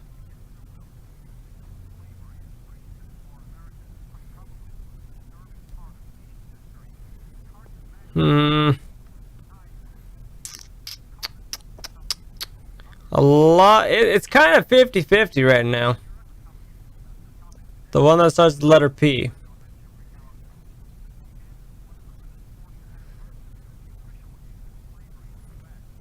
Shoot. Let's go with the professor. I'll think about it, but if ever, I'd like to give talking to Andrew a try. Okay. So, talking with Andrew upped our thing with Ashton. I think if we did the other one, it would have done it with Zach. But I think this could also be a way that Rebecca and I could mingle again and stuff. Phil's thinking a bit. Is that okay? Won't he have other things to do? He is a bit busy, but he'll make time for me. He's my go-to person when I'm stuck in something. Cool. He won't mind if I bring a friend with me this time. If you're sure. I guess that settles it then. Guys, I said keep it down. You keep insisting that we still watch it. You're not even paying attention yourselves. It ain't a big deal, Rebecca. I'm the one who broached the subject in the first place. It's still your film, Zachary. A good film, mind you. You worked hard on this. The least we could do is watch it with you. And that's what you're all doing. I really appreciate all of you making time for this. Sorry, Becca. We'll stop now. I throw her an apologetic look, even if Ash is the only one that she should be reprimanding, but her attention is already back on the screen. She's ignoring us again. When Becca's acting this way, there's a big chance something's nagging at her. We really need to talk. We all fall into a comfortable silence after, the only one that you can share with people you're most at ease with. For the first time today, the letter lays forgotten in my bag, if only for a few hours. Night has fallen by the time we exit the movie house. Despite the late hour, the streets are still bustling full of people. Those about to head home, those set to meet someone, even those simply wandering about.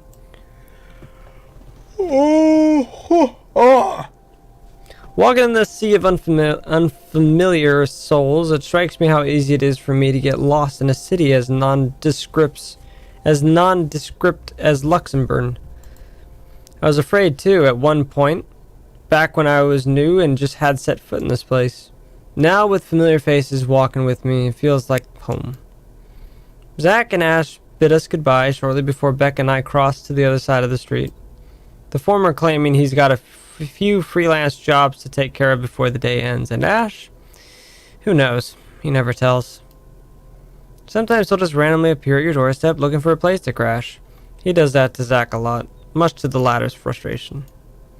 But he's a busy guy too, in spite of the laid-back air he gives off. Thanks for today, everyone! No problem, Zach. I'm sorry for what happened earlier. Huh?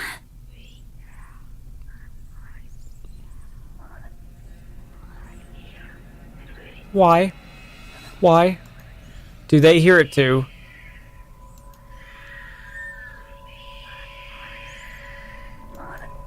A sensation. Cold. Sickening.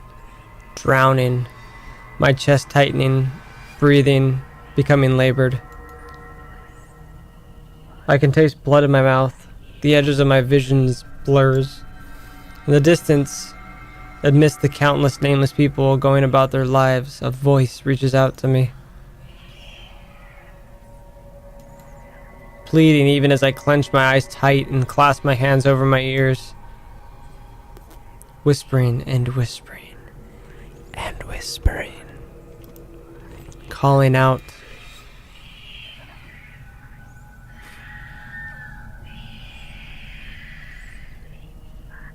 No, not me. Somebody. Isabella? Earth to Isabella? Oh God. At her voice, the whole world suddenly snaps into place. The murmur is gone. When I opened my eyes, Becca raised an eyebrows at me in question. Weren't you listening? Are you coming with me? Yeah, I'm totally fine. Oh, yeah. Just, okay. Okay, let's go. Sorry, I spaced out. You always do that. No, you always do that. I followed her without complaint, but not before sneaking a glance to the far end of the street, where the voice came from, where another set of eyes might be staring at me. Nothing. There are only Zach and Ash watching over us as we head back to where Becca parked her car. If I'm expecting to see something, or someone, there, I try not to let it show. Try to think of the tiny pinpricks of fear crawling at the pit of my stomach. See you guys some other time. Yeah, see ya. Another glance, and with a final wave, we go off on our own ways. I didn't know what I saw. I don't know what I heard. I don't want to know.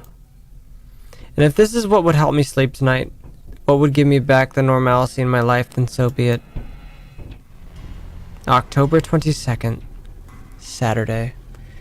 The darkness closes around me, grasping, pulling, engulfing me. The ground caves in, and without warning, I'm falling. My eyes snap open, and she's got an adorable, cute room!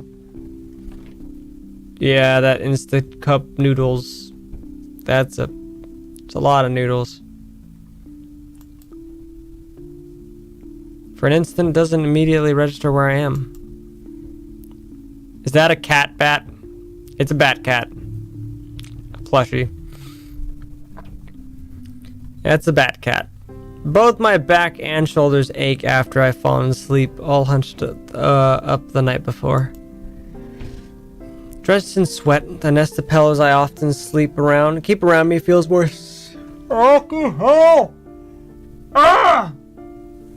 Okay, drenched in sweat, the nest of pillows I often keep around me feels more suffocating than comfort. Cork, you think of the 3 bits? The little goat plushie? The goat plushie is pretty adorable. I let my eyes adjust to the bright morning light streaming through my window, and allow my breathing to slow down before untangling myself from the pile. I haven't had a single dream since coming to Luxembourg, or at least none I can recall having. It's a shame because they need to be so vivid. They used to be so vivid. Not the crazy vivid, but the more pleasant kind I tell my siblings about. Maybe it's just the stress of living alone. The knowledge that I'll always wake up in an empty apartment with no one to tell stories to. What time is it? habit forcing me to look over the clock, even when the soreness weighing heavily on my shoulders and the compulsion to never leave my bed for the day. In a heartbeat, I'm up. Oh man, of all the times to oversleep. Towel? Towel? Where's my towel? It says 5. Admittedly, it's the weekend. As an unspoken rule, that entitles me to extra hours of sleep. But if Rose didn't come yesterday, she sure as hell will now. And right after what happened, oh lord, 1 box of donuts as peace offering won't be enough the second time around. Grabbing my towel, I'm already a few short steps away from the bathroom when a muffled ringing breaks out from my bag. There's a moment of indecision at first, my mind conflicted whether I should just ignore it or answer it. What if Rose? What if it's Rose? Or worse, our boss? Sheesh, in the end, the rational part of my brain wins out. The letter from yesterday peeks out from when I pulled the device out. Just the sight of it is enough to put me in a foul mood, and it takes every force of will for me to ignore it in favor of answering the call. The caller ID reads Mama. Huh? It's around 4:45 p.m. in the Philippines right now. That's an unusual time for them to call. Usually it's around noontime here, and I'm the one calling, but not the other way around. Better for them to use the money on something else than an international call. Regardless, the most cheerful tone I can gather. Hello? Hello? Grace? How are you? Mama! I'm doing okay. How are you guys over there? We're good. EJ won a storytelling contest at school the other week. Brought home a medal. I thought you should know. There's a tired lit in her voice as she speaks. It's been there since Papa had to leave his job. I wish there's something I could do for her. But from miles away like this, the least I'm able to do is not make her worry. If only my older brother would actually lend her a hand, but Lord knows if that'll ever happen. Odds are, Kuya Jordan's already drinking out right now. Again. I can't count on my older sister either, knowing she has a family of her own and, well, Ann's financial situation isn't exactly great right now, having herself knee-deep in debt. Great! That's great! Tell him congratulations from me. And let him know I'm gonna send him a little something extra this Christmas. How about Nico? Karen? Michael? I hope they're okay? They're doing well. They wanted to talk to you, but they're all busy with school. Oh no, that's fine. I don't want to bother them. Just tell them to keep doing their best for me. I'll just call back when I know they're not busy. And Papa? How's Papa doing? Well, it's a subject I'm hesitant to broach, but the way Mama's voice hitches, she doesn't want to bring it up either. Papa. Grace, he's having a little difficulty right now. Weak appetite, he's having trouble swallowing, and lost a few pounds. But the doctor said we should keep encouraging him. It just means his body's accepting his new treatment well. New treatment. That doesn't sound good. The money you sent last time helped a lot to pay for it, by the way. Oh, I see. That's good. I won't deny that life has gotten tougher for our family. It used to be easy back when Papa was in good shape. But ever since he was diagnosed with the sickness 5 years ago, he had been unable to provide for us. Now the burden of feeding 8 mouths and settling Papa's bills all rests on my shoulders. Although Mama makes a little accepting sewing and laundry jobs in our neighborhood, it's scarcely enough to cover the costs of a day-to-day living, let alone the bloating hospital bills. We can't even expect help from our own government because the health insurance there barely covers anything. I'm sure he'll get better soon. Is he well enough to talk? Do you think I'll be able to speak to him, Ma? Silence. Started to think that the call got cut out until... Listen, Grace. Maybe it's better if we transfer Papa to a different hospital. Somewhere cheaper? What? Why? Did something happen? Is it the deposit issue again? Give me the hospital's number. I'll talk to them. No, it's nothing bad. The service here is good. Too good. Even the doctors. But I'm worried you're working yourself to the ground because of it. Mama, we've been through this before. I want the best for Papa. And don't worry about the bills or the medicine, or me for that matter. I can handle myself. Everything's going well here. In fact, we're about to close a large sale. Hopefully. If not, then I'll find another way. She doesn't need to know that, though. Sorry, Mama, you taught me not to lie, yet look at what I'm doing. I'll have money to send over soon to cover the rest of Papa's treatment. And there's more than enough for Karen, Nico, Michael, and EJ's school tuition, too. Thank you so much, dear. I appreciate it. We all do. But I just wish you'd come home to us soon. I don't know how to say that. Kalyan Ka Ui? When are you coming home? EJ, the youngest, used to be the only person asking me that.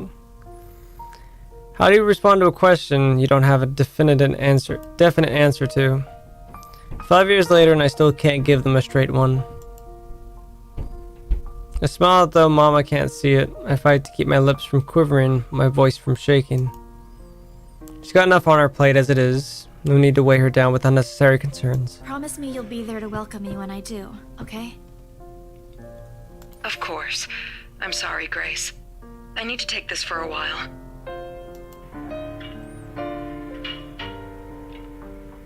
There's a small commotion on the other end. Sound of gates opening, the voice of a child, EJ, talking excitedly about his day at school, tapping his feet on the floorboards as he runs.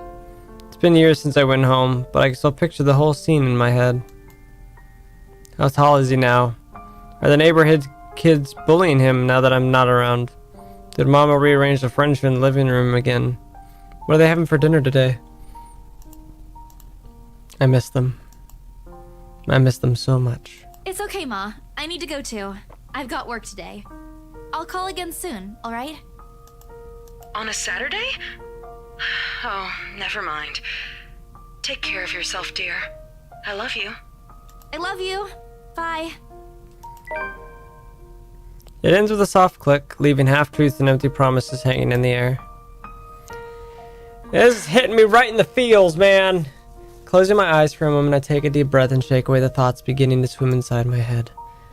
It's pointless to mull over these things right now.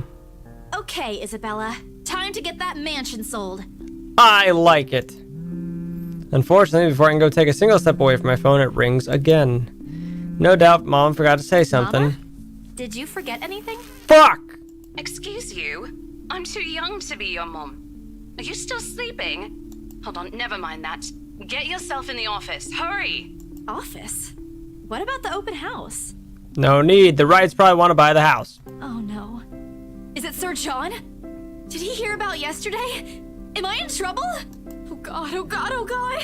I'm gonna get yelled at, aren't I? What do I do? I'll buy you an extra box of donuts if... No. It's nothing like that. Will you calm down? Get yourself here, alright? I'll tell you everything then. Okay. There's the telltale din of several feet shuffling against a wooden floor, and an indistinct yawn in the background before Rose cuts the connection. That isn't in any way comforting. But it's enough reason for me to hastily discard my phone and finish my shower in record time. I make it to our office within 20 minutes of leaving my apartment, completely disheveled and out of breath. A feat, if I take it into my account, my usual travel time. Routine clamor common to the Breyer Realty Corporation's Luxembourg office greets me as soon as my foot crosses the threshold. Papers rustling, telephones ringing at sporadic intervals, agents talking at various volumes, staff moving about, and... Where the hell is C? Where are my employees? What the actual fuck, guys? Of all the times to disappear without notice.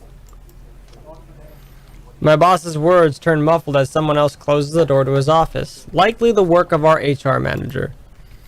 Throughout the past weeks, he's been in a bad mood over a few employees who have failed to report to work. I hear they're still trying to get a hold of them, but to no avail. The result is half their workload have been shifted to all the available staff, so as to not lose clients. Not that I mind the extra work, if anything, it means I'll have more to send to my family back home. Although the rumors of a branch closure circulating because this is indeed a bit worrisome. My bag barely touches the top of my table when Rose pulls me aside. I need you to help me with these papers. If you could also get these signed and photocopied before lunch today, that would be great. Okay. One after another, she thrusts a bunch of paperwork in my hands without explanation. A page flutters away from the top of the pile, and I lean down to pick my eyes scanning the top of the page as I straighten. A purchase and sale agreement. Rose simply gestures her thumb in a direction of our visitor lounge when I tilted my head and questioned. There, seated on the sofa and looking completely out of place, is the humbly decorated room is the same couple from the day before. Blue John, thank you for the bits. Thank you, John. The rights. Something bubbles up in my throat. Their presence in the office can only mean one thing. They're buying it? We got a deal? She swats at my hand, tugging her sleeve, although her eyes are alight with something akin to joy. She wants the sale to happen as much as I do, and now that it's here, the deal needs to be closed. Yet documents need still to be signed, but the elation is there.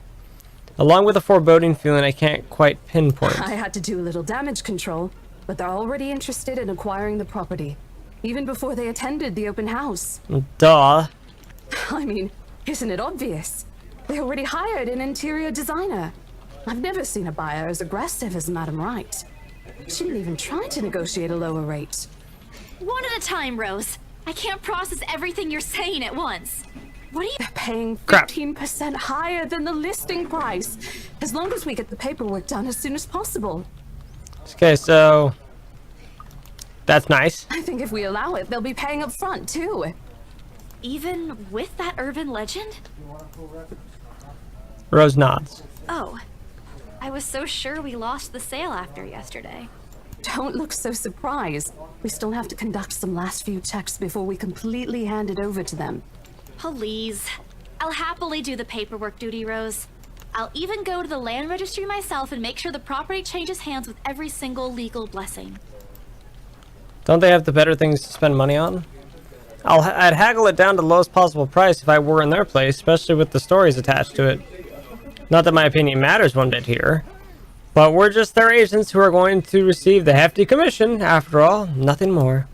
Rose gives me a pat on the shoulder, signaling that she's heading back to them, and an unspoken instruction for me to follow her after I'm done. It doesn't take me long to finish what work she left me. In fact, having our boss sign the agreement is the easiest, since it has to put him in a better mood and to the entire office's relief. Ma'am Hannah calls me over to the moment she notices my presence at the lounge. She welcomes me with a bright smile, her movements more open than what one would typically expect from a passing client to have. Oh, Isabel, how are you feeling? Isabella. You looked awfully dreadful yesterday. Isabella, I'm fine now, ma'am. I appreciate your concern. Barry, thank you for the 4 bits, dude. How you doing? Thank you so much. I really don't understand why they can't get my name right. It's a fairly common name. Shouldn't be too hard to remember. Regardless, I hand them the copy of their agreement. Wonderful. Your team works unbelievably fast. Yep. Ma'am Hannah skims through each of them with a scrutinizing eye, checking every page for inconsistencies and error. Despite the unassuming impression she gives off, she appears fully aware of what to look for in the process contracts like these undergoes. I don't think it's her first rodeo buying a house.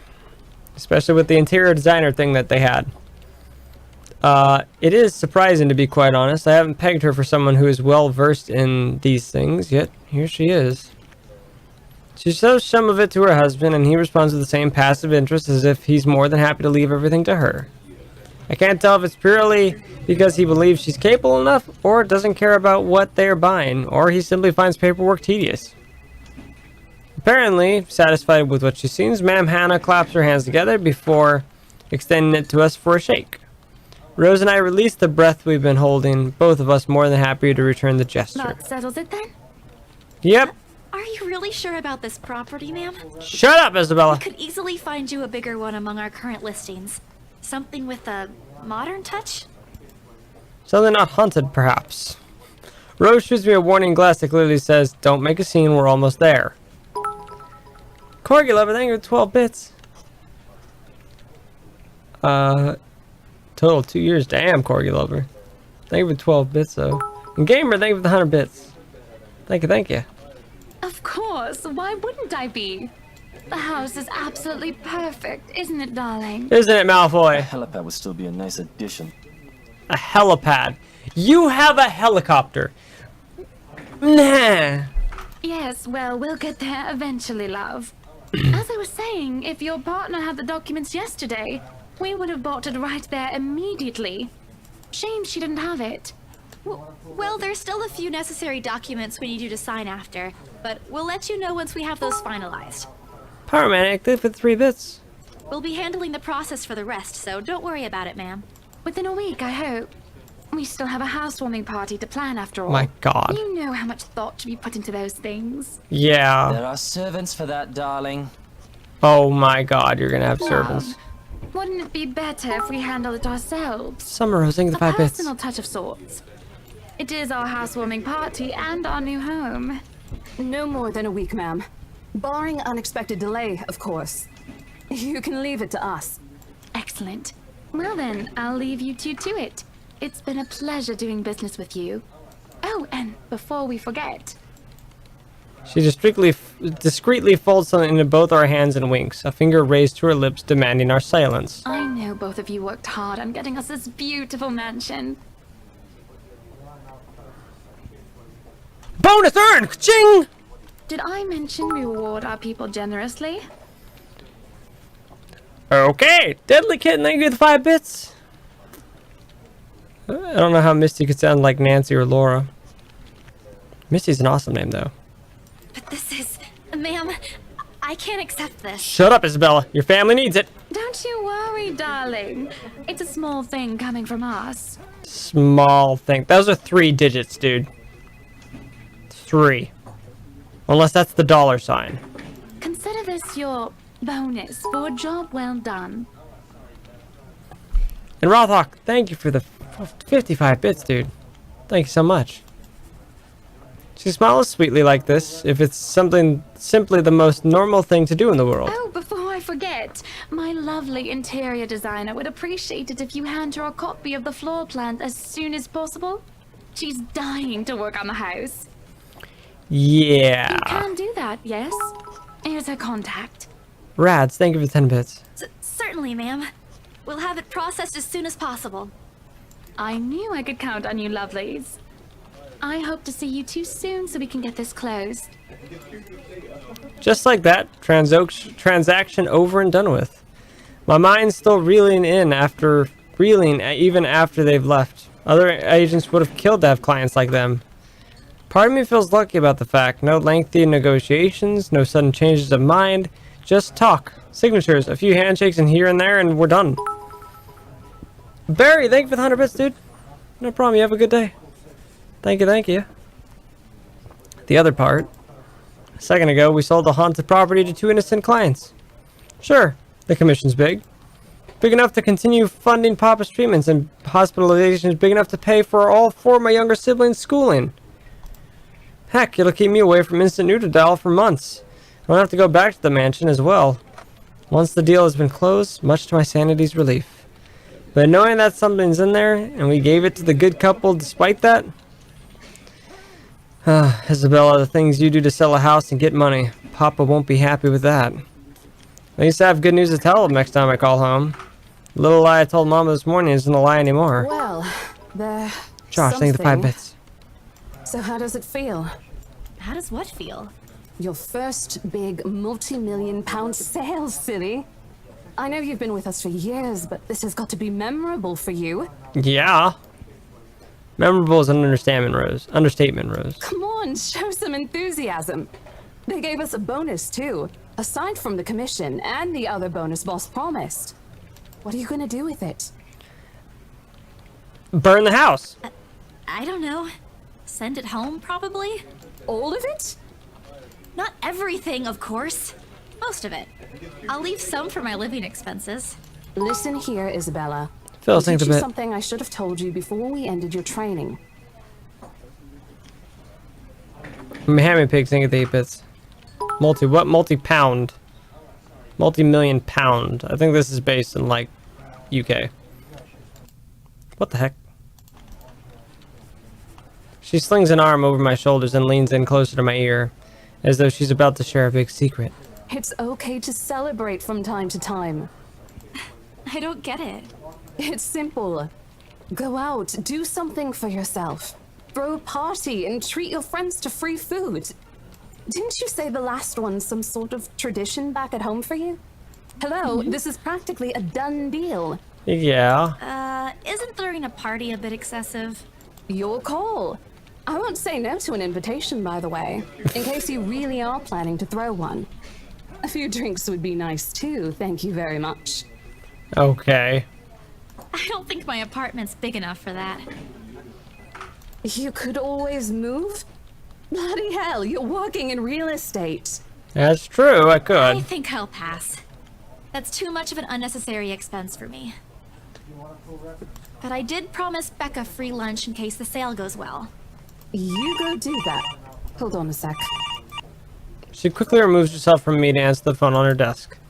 Her tone shifts from playful to professional in the span of a few seconds. Today? Not a problem, ma'am. I could bring you a copy of the contract if... Must be another client. Nothing surprising there. She's one of BRC's top agents no matter how modest she appears. A saleswoman through and through. I, on the other hand, have very little knack for it. Melina, thank you for the 20 bits of charity. This game is so awesome. I agree. Of course, I learned eventually I had to. But someone else will, without a doubt, do a better job. Once, though, in a drunken stupor, Rose told me a story of what could have been. Years ago, wide-eyed, young, and brimming with yet-to-be-fulfilled dreams and ambitions, she was a term or two away from a nursing degree. Out of curiosity, I never pressed on the matter further. But perhaps it's where the sense of fondness started. A small connection due to the one similar experience in our respective lives, of goals we both let pass us by because of circumstances we're in. I'd be happy to discuss this over tea, ma'am. All right, I'll be there. Thank you. New client? Reassigned. Have you heard from Mark at all? Not since the first visit to the mansion. Why? No news from the HR yet? None at all. Boss thinks he ran away. Ran away. I doubt it, though. He's too much of a wimp for that. There must be another reason. Who knows? Anyway, I've got to meet this one. I'll see you later. See you later, Rose. She throws a wave over her shoulder as she rushes out of the office. The lunchtime bell sounds shortly after, followed by the chatter of fellow agents also heading out for a much-needed break. Ordinarily, there's no need for me to go out, but oversleeping didn't allow me the luxury of packing my own lunch today. If one considers taking an instant noodle cup from my pantry, packing your lunch, time to make good on the promise I made to Becca, I suppose. Maybe invite Zach and Ash too. Okay, so I think this is where we're gonna call it. I hope that this saves because crap. Stop. Stop. Save. Yes. Okay, that is saved. Okay. We have saved. Okay. Phil, sing the bit. So I hope, yes, Bloody Reaper, this should be on YouTube. I'll be posting this because this is a really fun game, and I really hope a lot of you guys watching on YouTube and you guys in Twitch chat really enjoyed this because I am heavily involved into this now, and I want to get more in the mood of spoopy stuff. So I really enjoyed this, and I hope you guys did too.